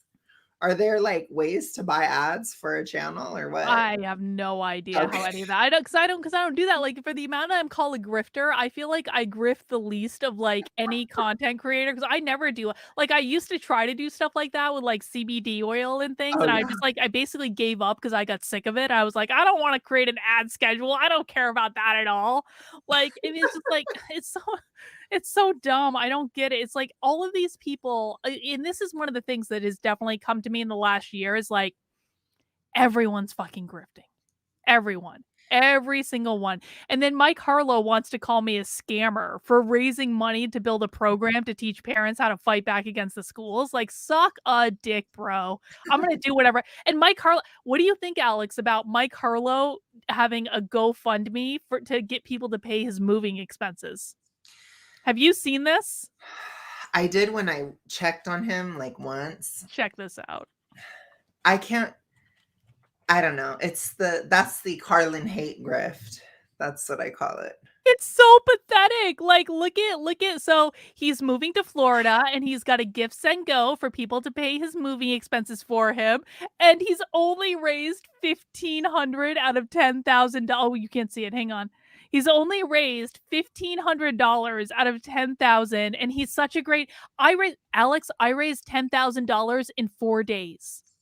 4 fucking days with schools exposed, and it was done. And I was like sitting pretty. He's only raised $1,500 out of 10,000 in like, how long has this been going on that he's had this? Since October 27th. 2 full fucking months. I don't understand even why he's doing that at all. Because like, he doesn't have money and he wants to leave New York, and so he wants people to pay his moving expenses how is he for him. supporting himself? Probably mommy and daddy, I would think. Then what does it matter to him?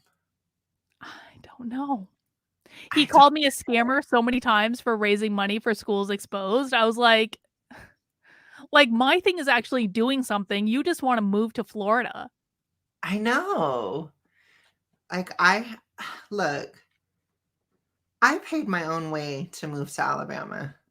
Mm-hmm. I did not have money, but guess what? I had a job. I saved money. I used my tax return. I did get help from my family, but I also moved here to help my mother. So yeah, I did get some support in that sense, but every dime I spent to move here was my money. And I do count the stimulus as my money because I paid that in taxes that year. So they were giving me back my tax. So I was just, it is incredulous to me. This guy is, look, be an adult, Mike. You're old. Get a job. Get a job. Grow up. Figure it out. If I can figure it out in the midst of a very hardcore pandemic, I lived out in El Paso by myself and I was suffering so greatly. And guess what? I did not make a give, send, go. I got my own way out. That's how a conservative does it. And he's going to sit there and he should. And again, whatever. People are going to grift. They want to grift, then fine. But he is the last person to call anybody a grifter. Right. Like, I'm raising money to build a program to teach parents how to fight back against the schools. I'll take that every single day because I'm at least doing something productive with it. Right? You're moving to Florida. Just drive there and hopefully you have a friend that lives there or something. I don't know. It's ridiculous. And $10,000, it doesn't cost that much to move. Oh, it will to move 3 people from New York to Florida. And here's the other thing is like, so I married a mover. So Victor used to move people to Florida like regularly. That was like one of the things he did. And it's going to cost way more than $10,000 to move. Oh yeah. Because here's the thing. It's like, first of all, you got to move all their shit to Florida. You got to get a place to live first, last, like deposit. Mikey doesn't know how to drive. So he's going to have to learn how to drive. He's gonna have to buy a car, which is gonna be another expense on top of it. $10,000 is not gonna cover the move to Florida. It's not gonna do it in any way. He doesn't know how to drive. He grew up in New York. He doesn't need to know how to drive. Oh my Lord. Loser. I know that's harsh. Fucking loser. But it's like he didn't even bother to do math on his GoFundMe. He just copied the amount that I set for my fundraiser. And it was like, it's not even going to be enough to do it. Like, at least like I did math. I created a budget. I knew how much I needed to make. Like, oh man. You know, I drove myself in a fucking moving van and it was a bitch to do, by the way. If you want to know how far Alabama is from El Paso, it is fucking far. It is horrible. And it was awful. But I pulled enough lesbian energy from the universe and I drove that fucking van. It was horrible. And I got the cops in Mississippi kept pulling me over. Oh no. I guess because I couldn't drive very well or something. I don't know. But they were like, what the fuck? They opened up the moving van and everything. It was crazy. That was wild. Mississippi was something else. That's all I'm going to say. But I bet it was. It was very late at night. But anyways, it's like, he's just lame. Lame ass pussy. That's how I feel after hearing that. So I will attack him there. There you go, Mike. Now I've attacked you. It's so pathetic. It really is. It's so sad and pathetic. It's like, bro, Mikey, you are like 32 fucking years old. Get a fucking job. Like people shouldn't be paying your moving expenses, dude. No. And it's like, I don't know what he has on Brandon. He has something on Brandon, and that was why I left Walkaway, because I knew that Walkaway was planning on using me in 2020. I mean, they haven't done shit. Like, I don't even know what they're even doing now, to be honest about it. It's like, but they were planning on using me for stuff, and basically, Brandon didn't invite me to like the rally they did after he was done, and I was really hurt by that. And the fact is that like I wouldn't have actually been able to go anyway, because it was right on top of the Libertarian National Convention in Reno. It was like the day before it, so I wouldn't have even been able to go anyway. But I was really, really hurt that I wasn't invited to it. And then Brandon basically told me that like he didn't invite me to it because Mike Harlow was going to be there, and I was like, fuck you. Yeah. Go fuck yourself. So you know, Brandon thinks that he can attract more Democrats away from the party than I can. Then good fucking luck. But like, I don't think that Walkaway is even about getting Democrats to leave the party anymore. I think it's only about fundraising from conservatives, and it's really, really disappointing to me, to be honest. I don't think it's doing. I think that when they went after him, they accomplished what they wanted to do. They destroyed it. You know, because it was doing it was doing so much before that. I agree with you. They succeeded, and it sucks, but I think, you know who didn't help it? Mike Harlow. Right. He didn't do anything. I think it's just, look, I did all that, Mike, when I was 28. I got my own moving going. I used my benefits from my job to fly my friend out to help me move my shit. And we drove there. Like, it was horrible, but it's like, if I can do it, anybody can do it. I'm going to be honest. Like, it's a bitch. It costs a lot of money, but I was not rich. I had a pretty much basic bitch job. I was call center. That's nothing unattainable. I'll put it to you that way. It's like, Mike, why don't you get a job at a call center then, so you can move out of New York? Because you can do it yourself. And you certainly would have been able to do it. I did it I moved in March of 2021. I moved because of the COVID shit. I was done. I stayed home and stayed safe for 11 months. I'm never doing that again. And secondly, I didn't last that long. New York is a hellhole. Like, I don't know how you could even stay there at this point. No offense to anybody that lives there, but post-COVID especially, it is a nightmare living there. But what does he even do anyways? I mean, I think I just can't. I have no idea. He never had a job. He's never had a job. Like in the entire time I knew him, he never had a fucking job. But how the hell is he even surviving then? Mommy and daddy. Literally? I think so. I don't know how else it's possible because he never had a job. Never had a job. It's either that or like sugar daddy vibes, but it's like, could he even do that? I don't know. I don't know. I mean, he's kind of gross, to be honest. It's like he doesn't shower, he doesn't clean his nails, he doesn't clip his nails, he's never on time to anything. Never on time. Like he would like when we were touring on Walkway, let me show you this. Hang on. He would like pick up random people at walkaway events. Ew. Yes. Oh God. Like he picked up this kid.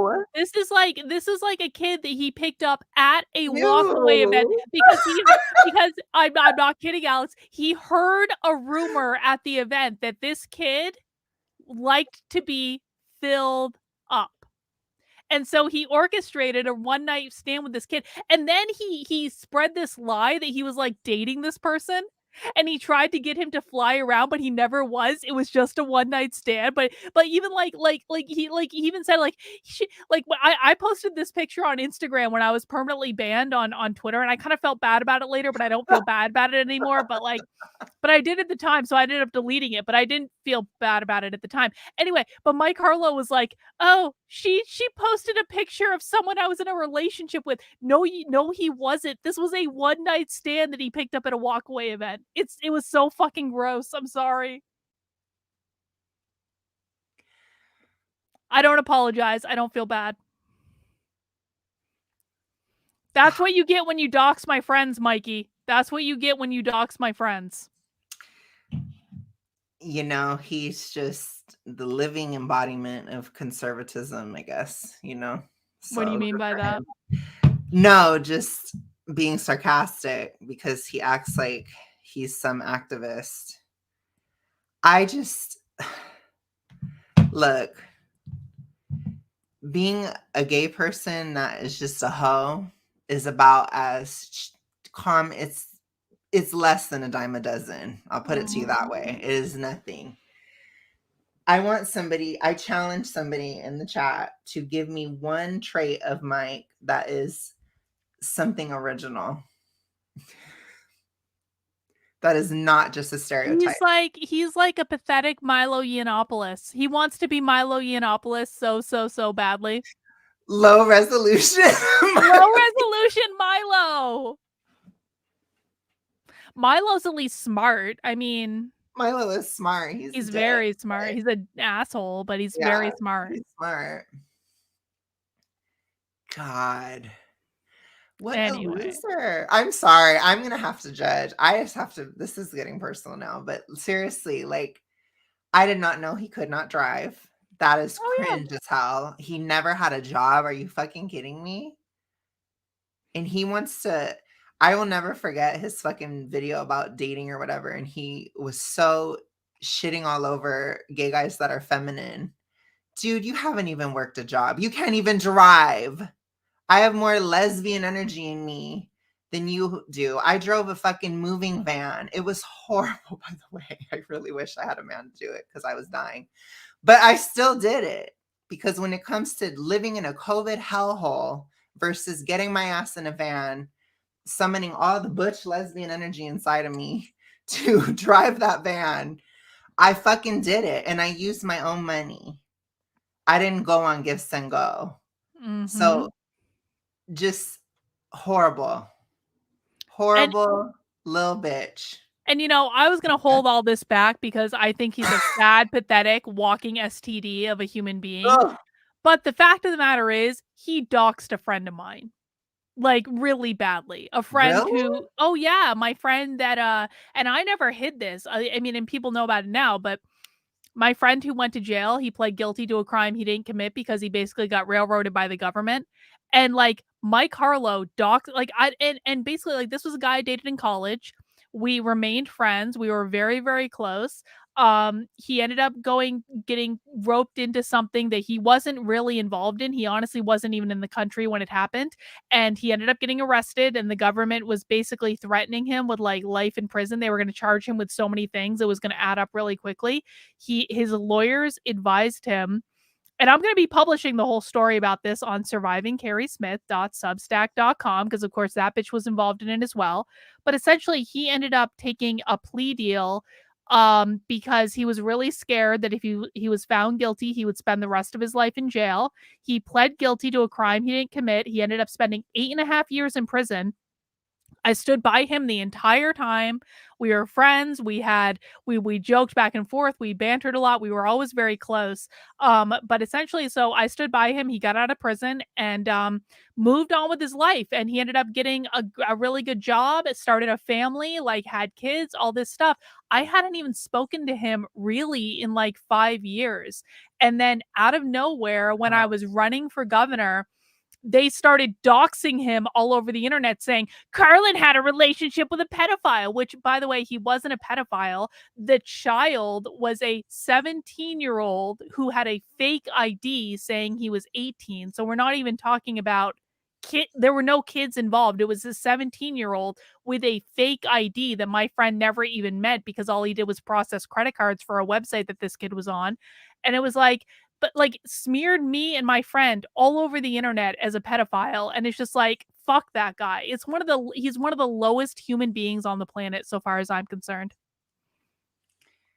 I will never forgive him for what he did to my friend. He wreaked havoc on the life of my friend, who had already been in jail for a crime he didn't commit for 8.5 years, who didn't do anything to anyone, who I had barely even spoken to in the last 5 years. And Mike Harlow's dragging him all over the fucking internet. It was one of the... that is my biggest regret on running for governor. It was that my friend got hurt, because even though we hadn't spoken in a while, and I wasn't like, I wouldn't say I'm like close to him now, I felt so awful that he got dragged into all of this after he had already suffered so much. And Mikey was bragging about it, still brags about it to this day, how he exposed the evil pedophile. Like, he wasn't a pedophile. He was never a pedophile. Just a person trying to live his life. Jeez. Well, yeah. All I can say is, Mike lied about me, so...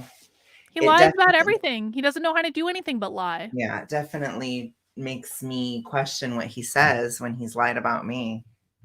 So... I think it's crazy. And I got to be honest too, I really, I had already lost a lot of respect for Brandon at that point, if I'm honest about it. But the fact of the matter is, Brandon spent 2 days in jail. Maybe not even, like a day and a half in jail. My friend spent 8.5 years in jail for a crime he didn't commit, because he got railroaded by the government. I don't want to dismiss what happened to Brandon, because Brandon also pled guilty to a crime he didn't commit, but spent a day and a half in jail. My friend spent 8.5 years in jail, and Brandon did nothing to stop Mikey. Did nothing. Didn't say anything. Wouldn't even acknowledge it. It's just like, these people are so like... And you're going to tell me that you're the paragon of virtue that I should be following? You are a sad, pathetic human being. Yeah, I just know when that whole thing with the pedo thing came out, I was like, what the fuck, Carlin, Because it kind of made me...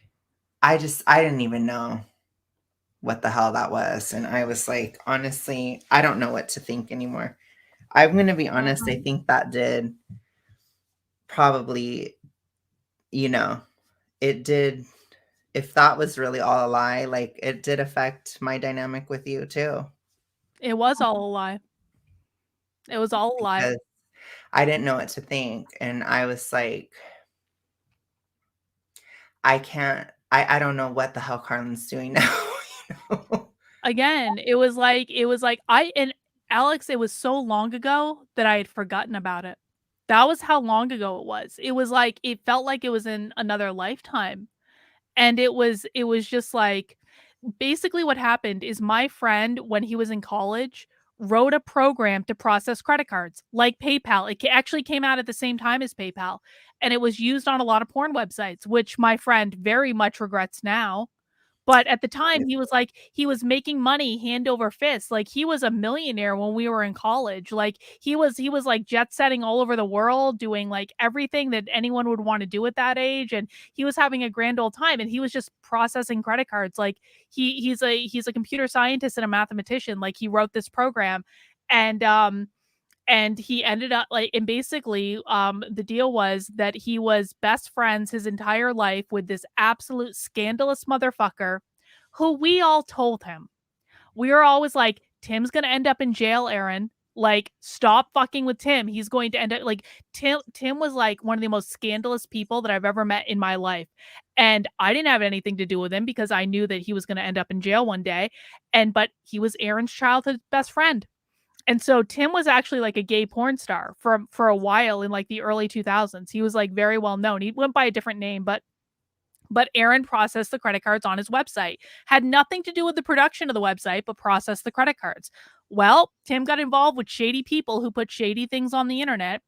And it ended up, it was a 17-year-old who used a fake ID because he was a coke fiend to get onto porn websites and to make money to feed his coke habit. And then there's a whole side story. P.S. That 17-year-old got involved with Kirk Eichenwald. Do you know who that is? New York Times reporter.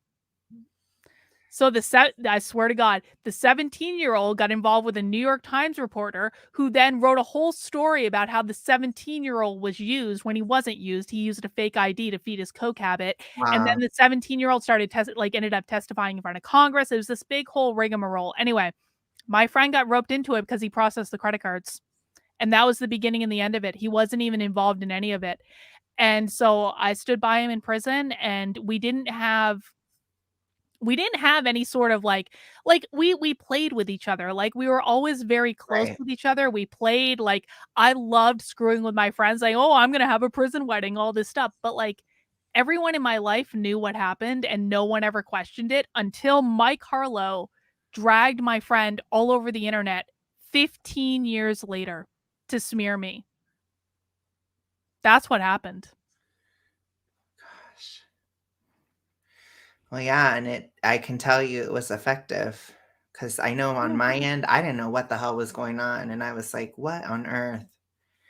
And that wasn't it alone. Like I told you, other stuff, but I had a lot going on at the time, and it was just kind of like I just couldn't do it anymore. It was like I had all these other things going on, and I'm just like, I don't even know what this is. And it definitely was pretty freaky, so that is pretty evil. If he completely lied about that, that's evil. Oh yeah, and there will be stuff on the internet forever about me because of this, because of what Mike Harlow did. There'll be stuff forever. And again, it's like, it's not even about me that upsets me the most. It's that my friend spent 8.5 years in prison for a crime he didn't. So basically what happened is there were other people involved in this. The first guy that went to trial thought he was going to get like 30 years in prison. He ended up getting 150 years in prison because people in Congress stepped in to try to influence the judge. My friend had the same judge. And so he wanted to fight. He and his lawyers wanted to fight. He was preparing a case, and then his lawyers basically ran all these focus groups, and the focus groups told him he had an 80% chance of getting convicted. And so if he had gotten convicted, he would have spent the rest of his life in jail. And so it was the choice between, do I plead guilty to something I didn't do, or fight and have an 80% chance of spending the rest of my life in jail? That was what the choice was. And I have the letter that he wrote me at the time that I'm going to be publishing on survivingcarriesmith.substack.com, where my friend said it was like he felt trapped. It was like inking his soul onto a piece of paper. But that's what happened. And I stood by him. God. And I will never regret standing by him. I will never, ever, ever regret it. And I will never throw my friend under the bus to say it was wrong to stand by him and wrong to have his back. I won't do it. And if people judge me for that, then they do. But I don't regret it at all. It was the right thing to do. What a fucking great year, right? Yeah. Shit. But that was my biggest regret for running for governor, was that it gave Mike Harlow the opening to smear my friend and dox him and uproot his life that he had finally been able to move on with. That was my biggest regret. And I wish I had thought of it, but I really just, it happened so long ago that I just didn't think about it. I really didn't even remember that it happened. So in your, I'm curious just because, you know, we have different perspectives, but what do you think that would bring karmically on someone like Mike? Oh, he's going to get it handed to him at some point. He's going to go through all the pain and suffering that he inflicted onto someone else. Times 3, even. It's going to come back to him. I don't know what exactly it's going to come back as, but do I think that Mike Harlow is ever going to be successful? No. Well, that's doesn't require any predictive skills to see that. I know that that's harsh, but he's kind of a loser. He is an epic loser. Yeah, but that's the thing too. It's like, if Carrie was so upset with somebody who just lives to take down other people and all that crap, she wouldn't be best friends with Mike. That's all he does. Well, and of course, she promoted this all over the place. Well, yeah. Like, Carlin's a horrible psychopath. Look, we're getting a pedophile and a pedophile enabler. It's like, bitch. It's like a real Christian wouldn't do that. I'm sorry. It's like she takes such glee in the vitriol of it. I don't even. She's something else. Well, she's a huge liar. I mean, we prove that in this stream. You see the. I never talk about her. What? Yeah. Then why do I have over 1,000 tweets, Carrie? And that's the thing too. Like, they love to say, like, oh, if you just don't talk about it, then they'll leave you alone. But they still went after me. Oh, yeah. And that's the thing too. Like, it wasn't necessarily like Deb and Mike and all that. Like, they weren't really going after me. But I mean, Mike did. Of course, Mike is tight-lipped until I'm not working with you anymore. Then he has something to say, which didn't make any sense. He wrote a whole thread when you didn't even mention him. No. Because he was pissed off that we did reaction videos. Like, welcome to YouTube, motherfucker. Like, what do you want? Like, he was pissed off that I stopped, which is weird. But I think for me, it was just like, he's completely lying about me. Yeah. Beyond. So, I mean, I'm sorry, but it's like, if you lie about me, I'm not going to trust what you say, you know? So when Carlin's saying, well, he lied about my friend, I'm more inclined to believe it because he lied about me. Mike is not credible. He's not a credible person. And people are just believing it hand over fist, whatever he says. And it's like, what has he ever done? What will he ever do? He's grifting to try to move out of Florida. It's like, get a job. I don't think that many people believe him, to be honest. There might be people who like his impersonation videos, but like, does anyone find Mike Harlow to be a credible source of information? Really? Well, they certainly did with the pedo thing, because that went far. Wow. But I think that it was, you know, not necessarily to his credit, but it was well timed. It hit at a good time, because it was, God, this year fucking sucked, didn't it? It was tough. But I can't believe that I don't know. That's unreal to me. And it was served up to him. It didn't come from him. Who do you know who served it? Or Karen, the queen. I know who did it. Wow. So obsessed with me that he went back through my internet history for 15 years.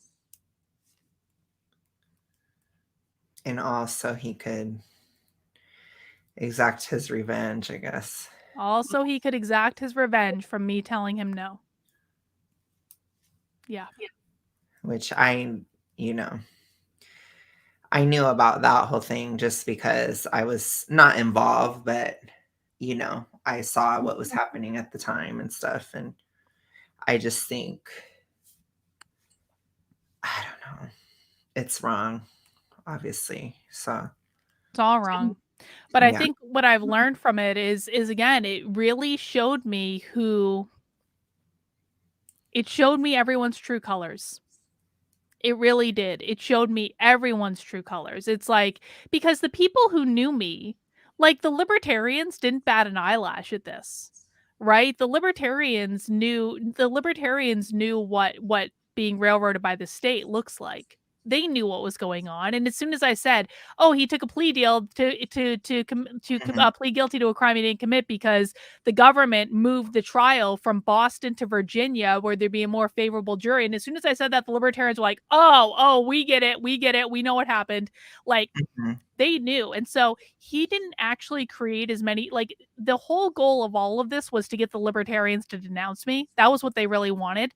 But it didn't work out like that. Like, everyone knew what had happened. And so I guess, like, if that was their, I mean, and at this point, they that was their big smoking gun. That was their big expose on me. There's nothing else to have.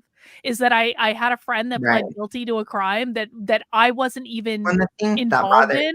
I will say what bothered me at the time, again, I was just like, what the fuck, Carlin? You know what I mean? At the time. But what bothered me about it was people acted like you were one. Like you were a pedo. And I'm like, that's a huge stretch. Like, I wasn't involved in any of it. Yeah. So I was like, I don't believe in guilt by association, but I felt like you were defending somebody that you shouldn't be, in my opinion. So it irritated me, because it's bad in my, that's how I viewed it.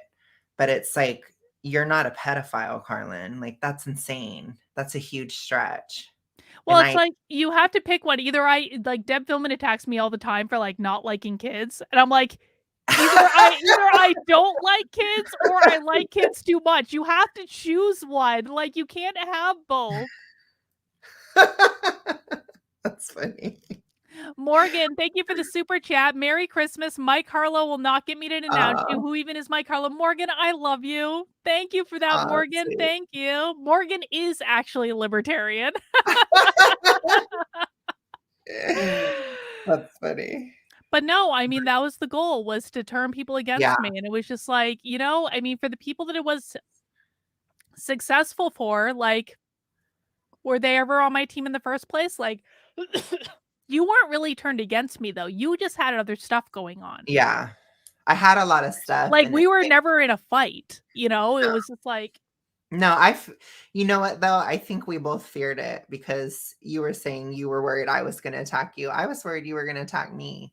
I think because I had previous experiences with, I've had other YouTuber friends, and despite what Mike says, I am known for other things. So he can go fuck himself with that, because I'm very known in the vegan space for a certain reason. I worked with somebody who is a prominent vegan, which is so cringe to even say out loud, but it's true. And that was really cringe. But regardless, he attacked the hell out of me after I stopped working with him. And so I was scared that you were going to do that. Did I ever do that? No. Did I ever say anything mean about you?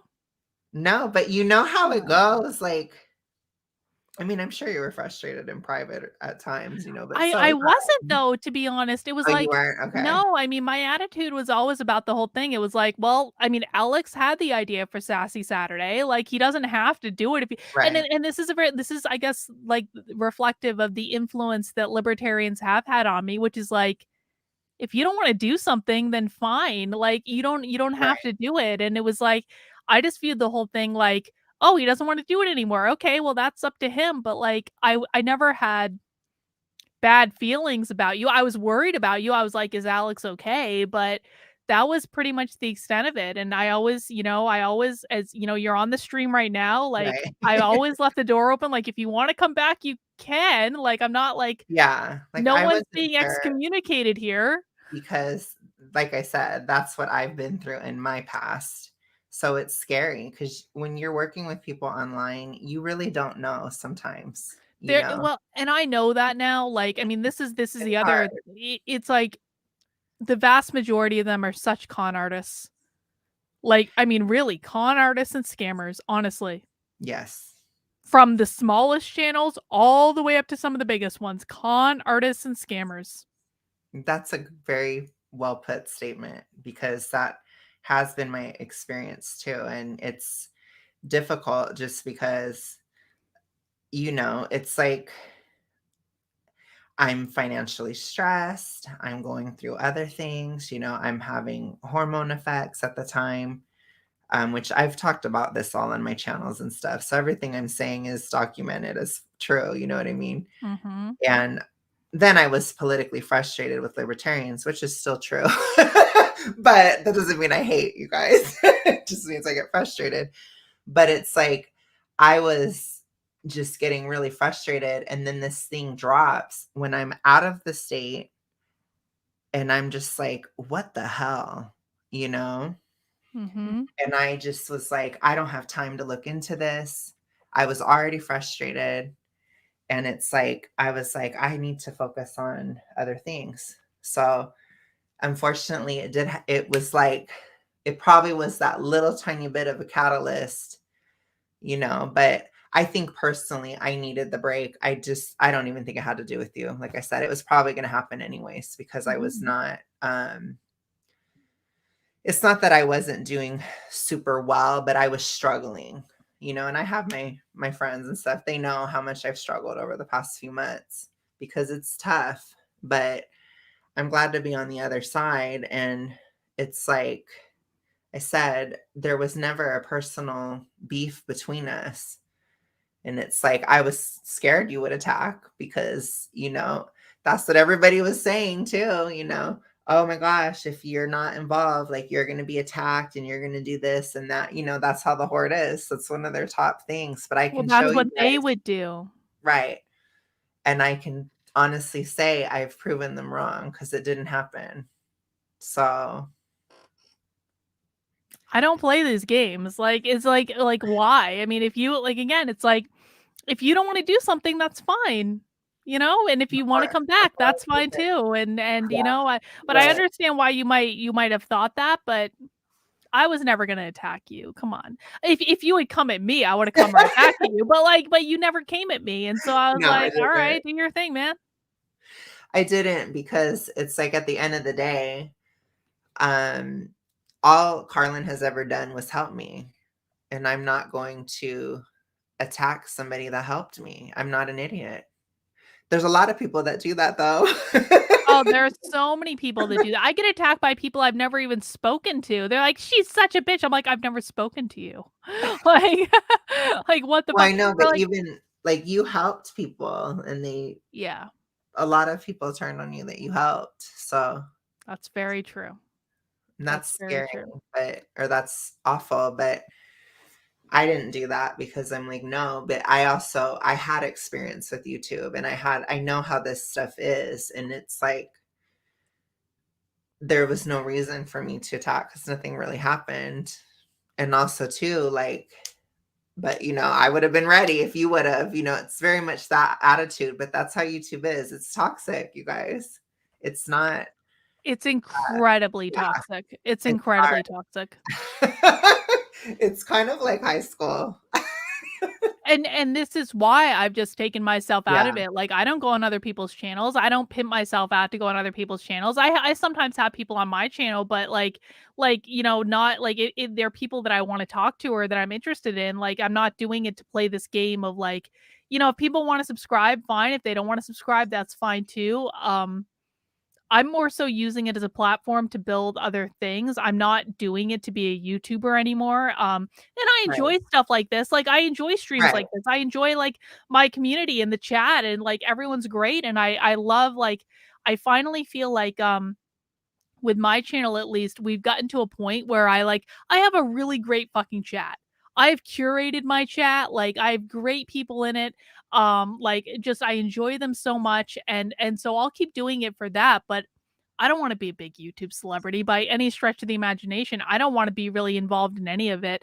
I just want to be able to do my thing and focus on the issues I want to focus on, and the rest of it can suck a dick. So far as I'm concerned, it's just like, it's so toxic and it's so juvenile and it's so high school, and it's like, I am 41 fucking years old. I am too old for this shit. Too old for high school. And if other people want to be involved in it, then fine, you go and do the dramatics. But like, it's just not interesting to me from that perspective. I never wanted to be an entertainer or a celebrity. That was never in my life plan, you know? Well, you have done a lot of entertaining things, like the so. Hunter debate for one. But I mean, I think, like I said, I do like entertaining myself, but it's not my only focus. So, but I think that it's been a huge learning experience. So, I'm glad that I'm here, you know. I'm glad you came back, Alex. Yeah. It was fun, you know. You're welcome anytime. I had issues anyways, and I've talked a lot about how this is my Saturn return. So I've had to learn a lot this year. And one of the things is a lot of times in my life, I would run from like good things because I wanted to have like a cathartic sort of like, I wanted a lot of these like purging, painful experiences, ironically, which almost sounds like your belief system, Carlin. It's kind of funny, but I was very much that way, where I wanted to have these experiences, especially in my 20s. But now it's like, I want to have fun. So I feel like I'm shifting. And I was like, you know, I had fun on Sassy Saturday. I loved it. And you should come and do Nitwits with me now. We can do Nitwits because Sassy Saturday has been replaced with Socialism Saturday. You're welcome to attend that as well. But like, we should do Nitwits now because we both knit.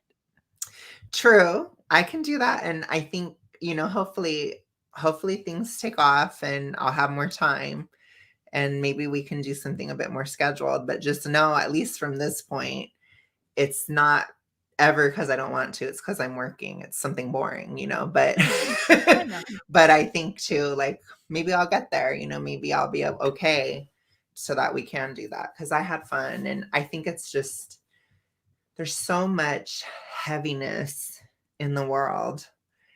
And part of the fun of YouTube, quite frankly, is things like blood sports and shit talk, and just, it's like a sport, you know, it's for sport. It's a game. It's not, you know, and I think a lot of people, they take it so seriously.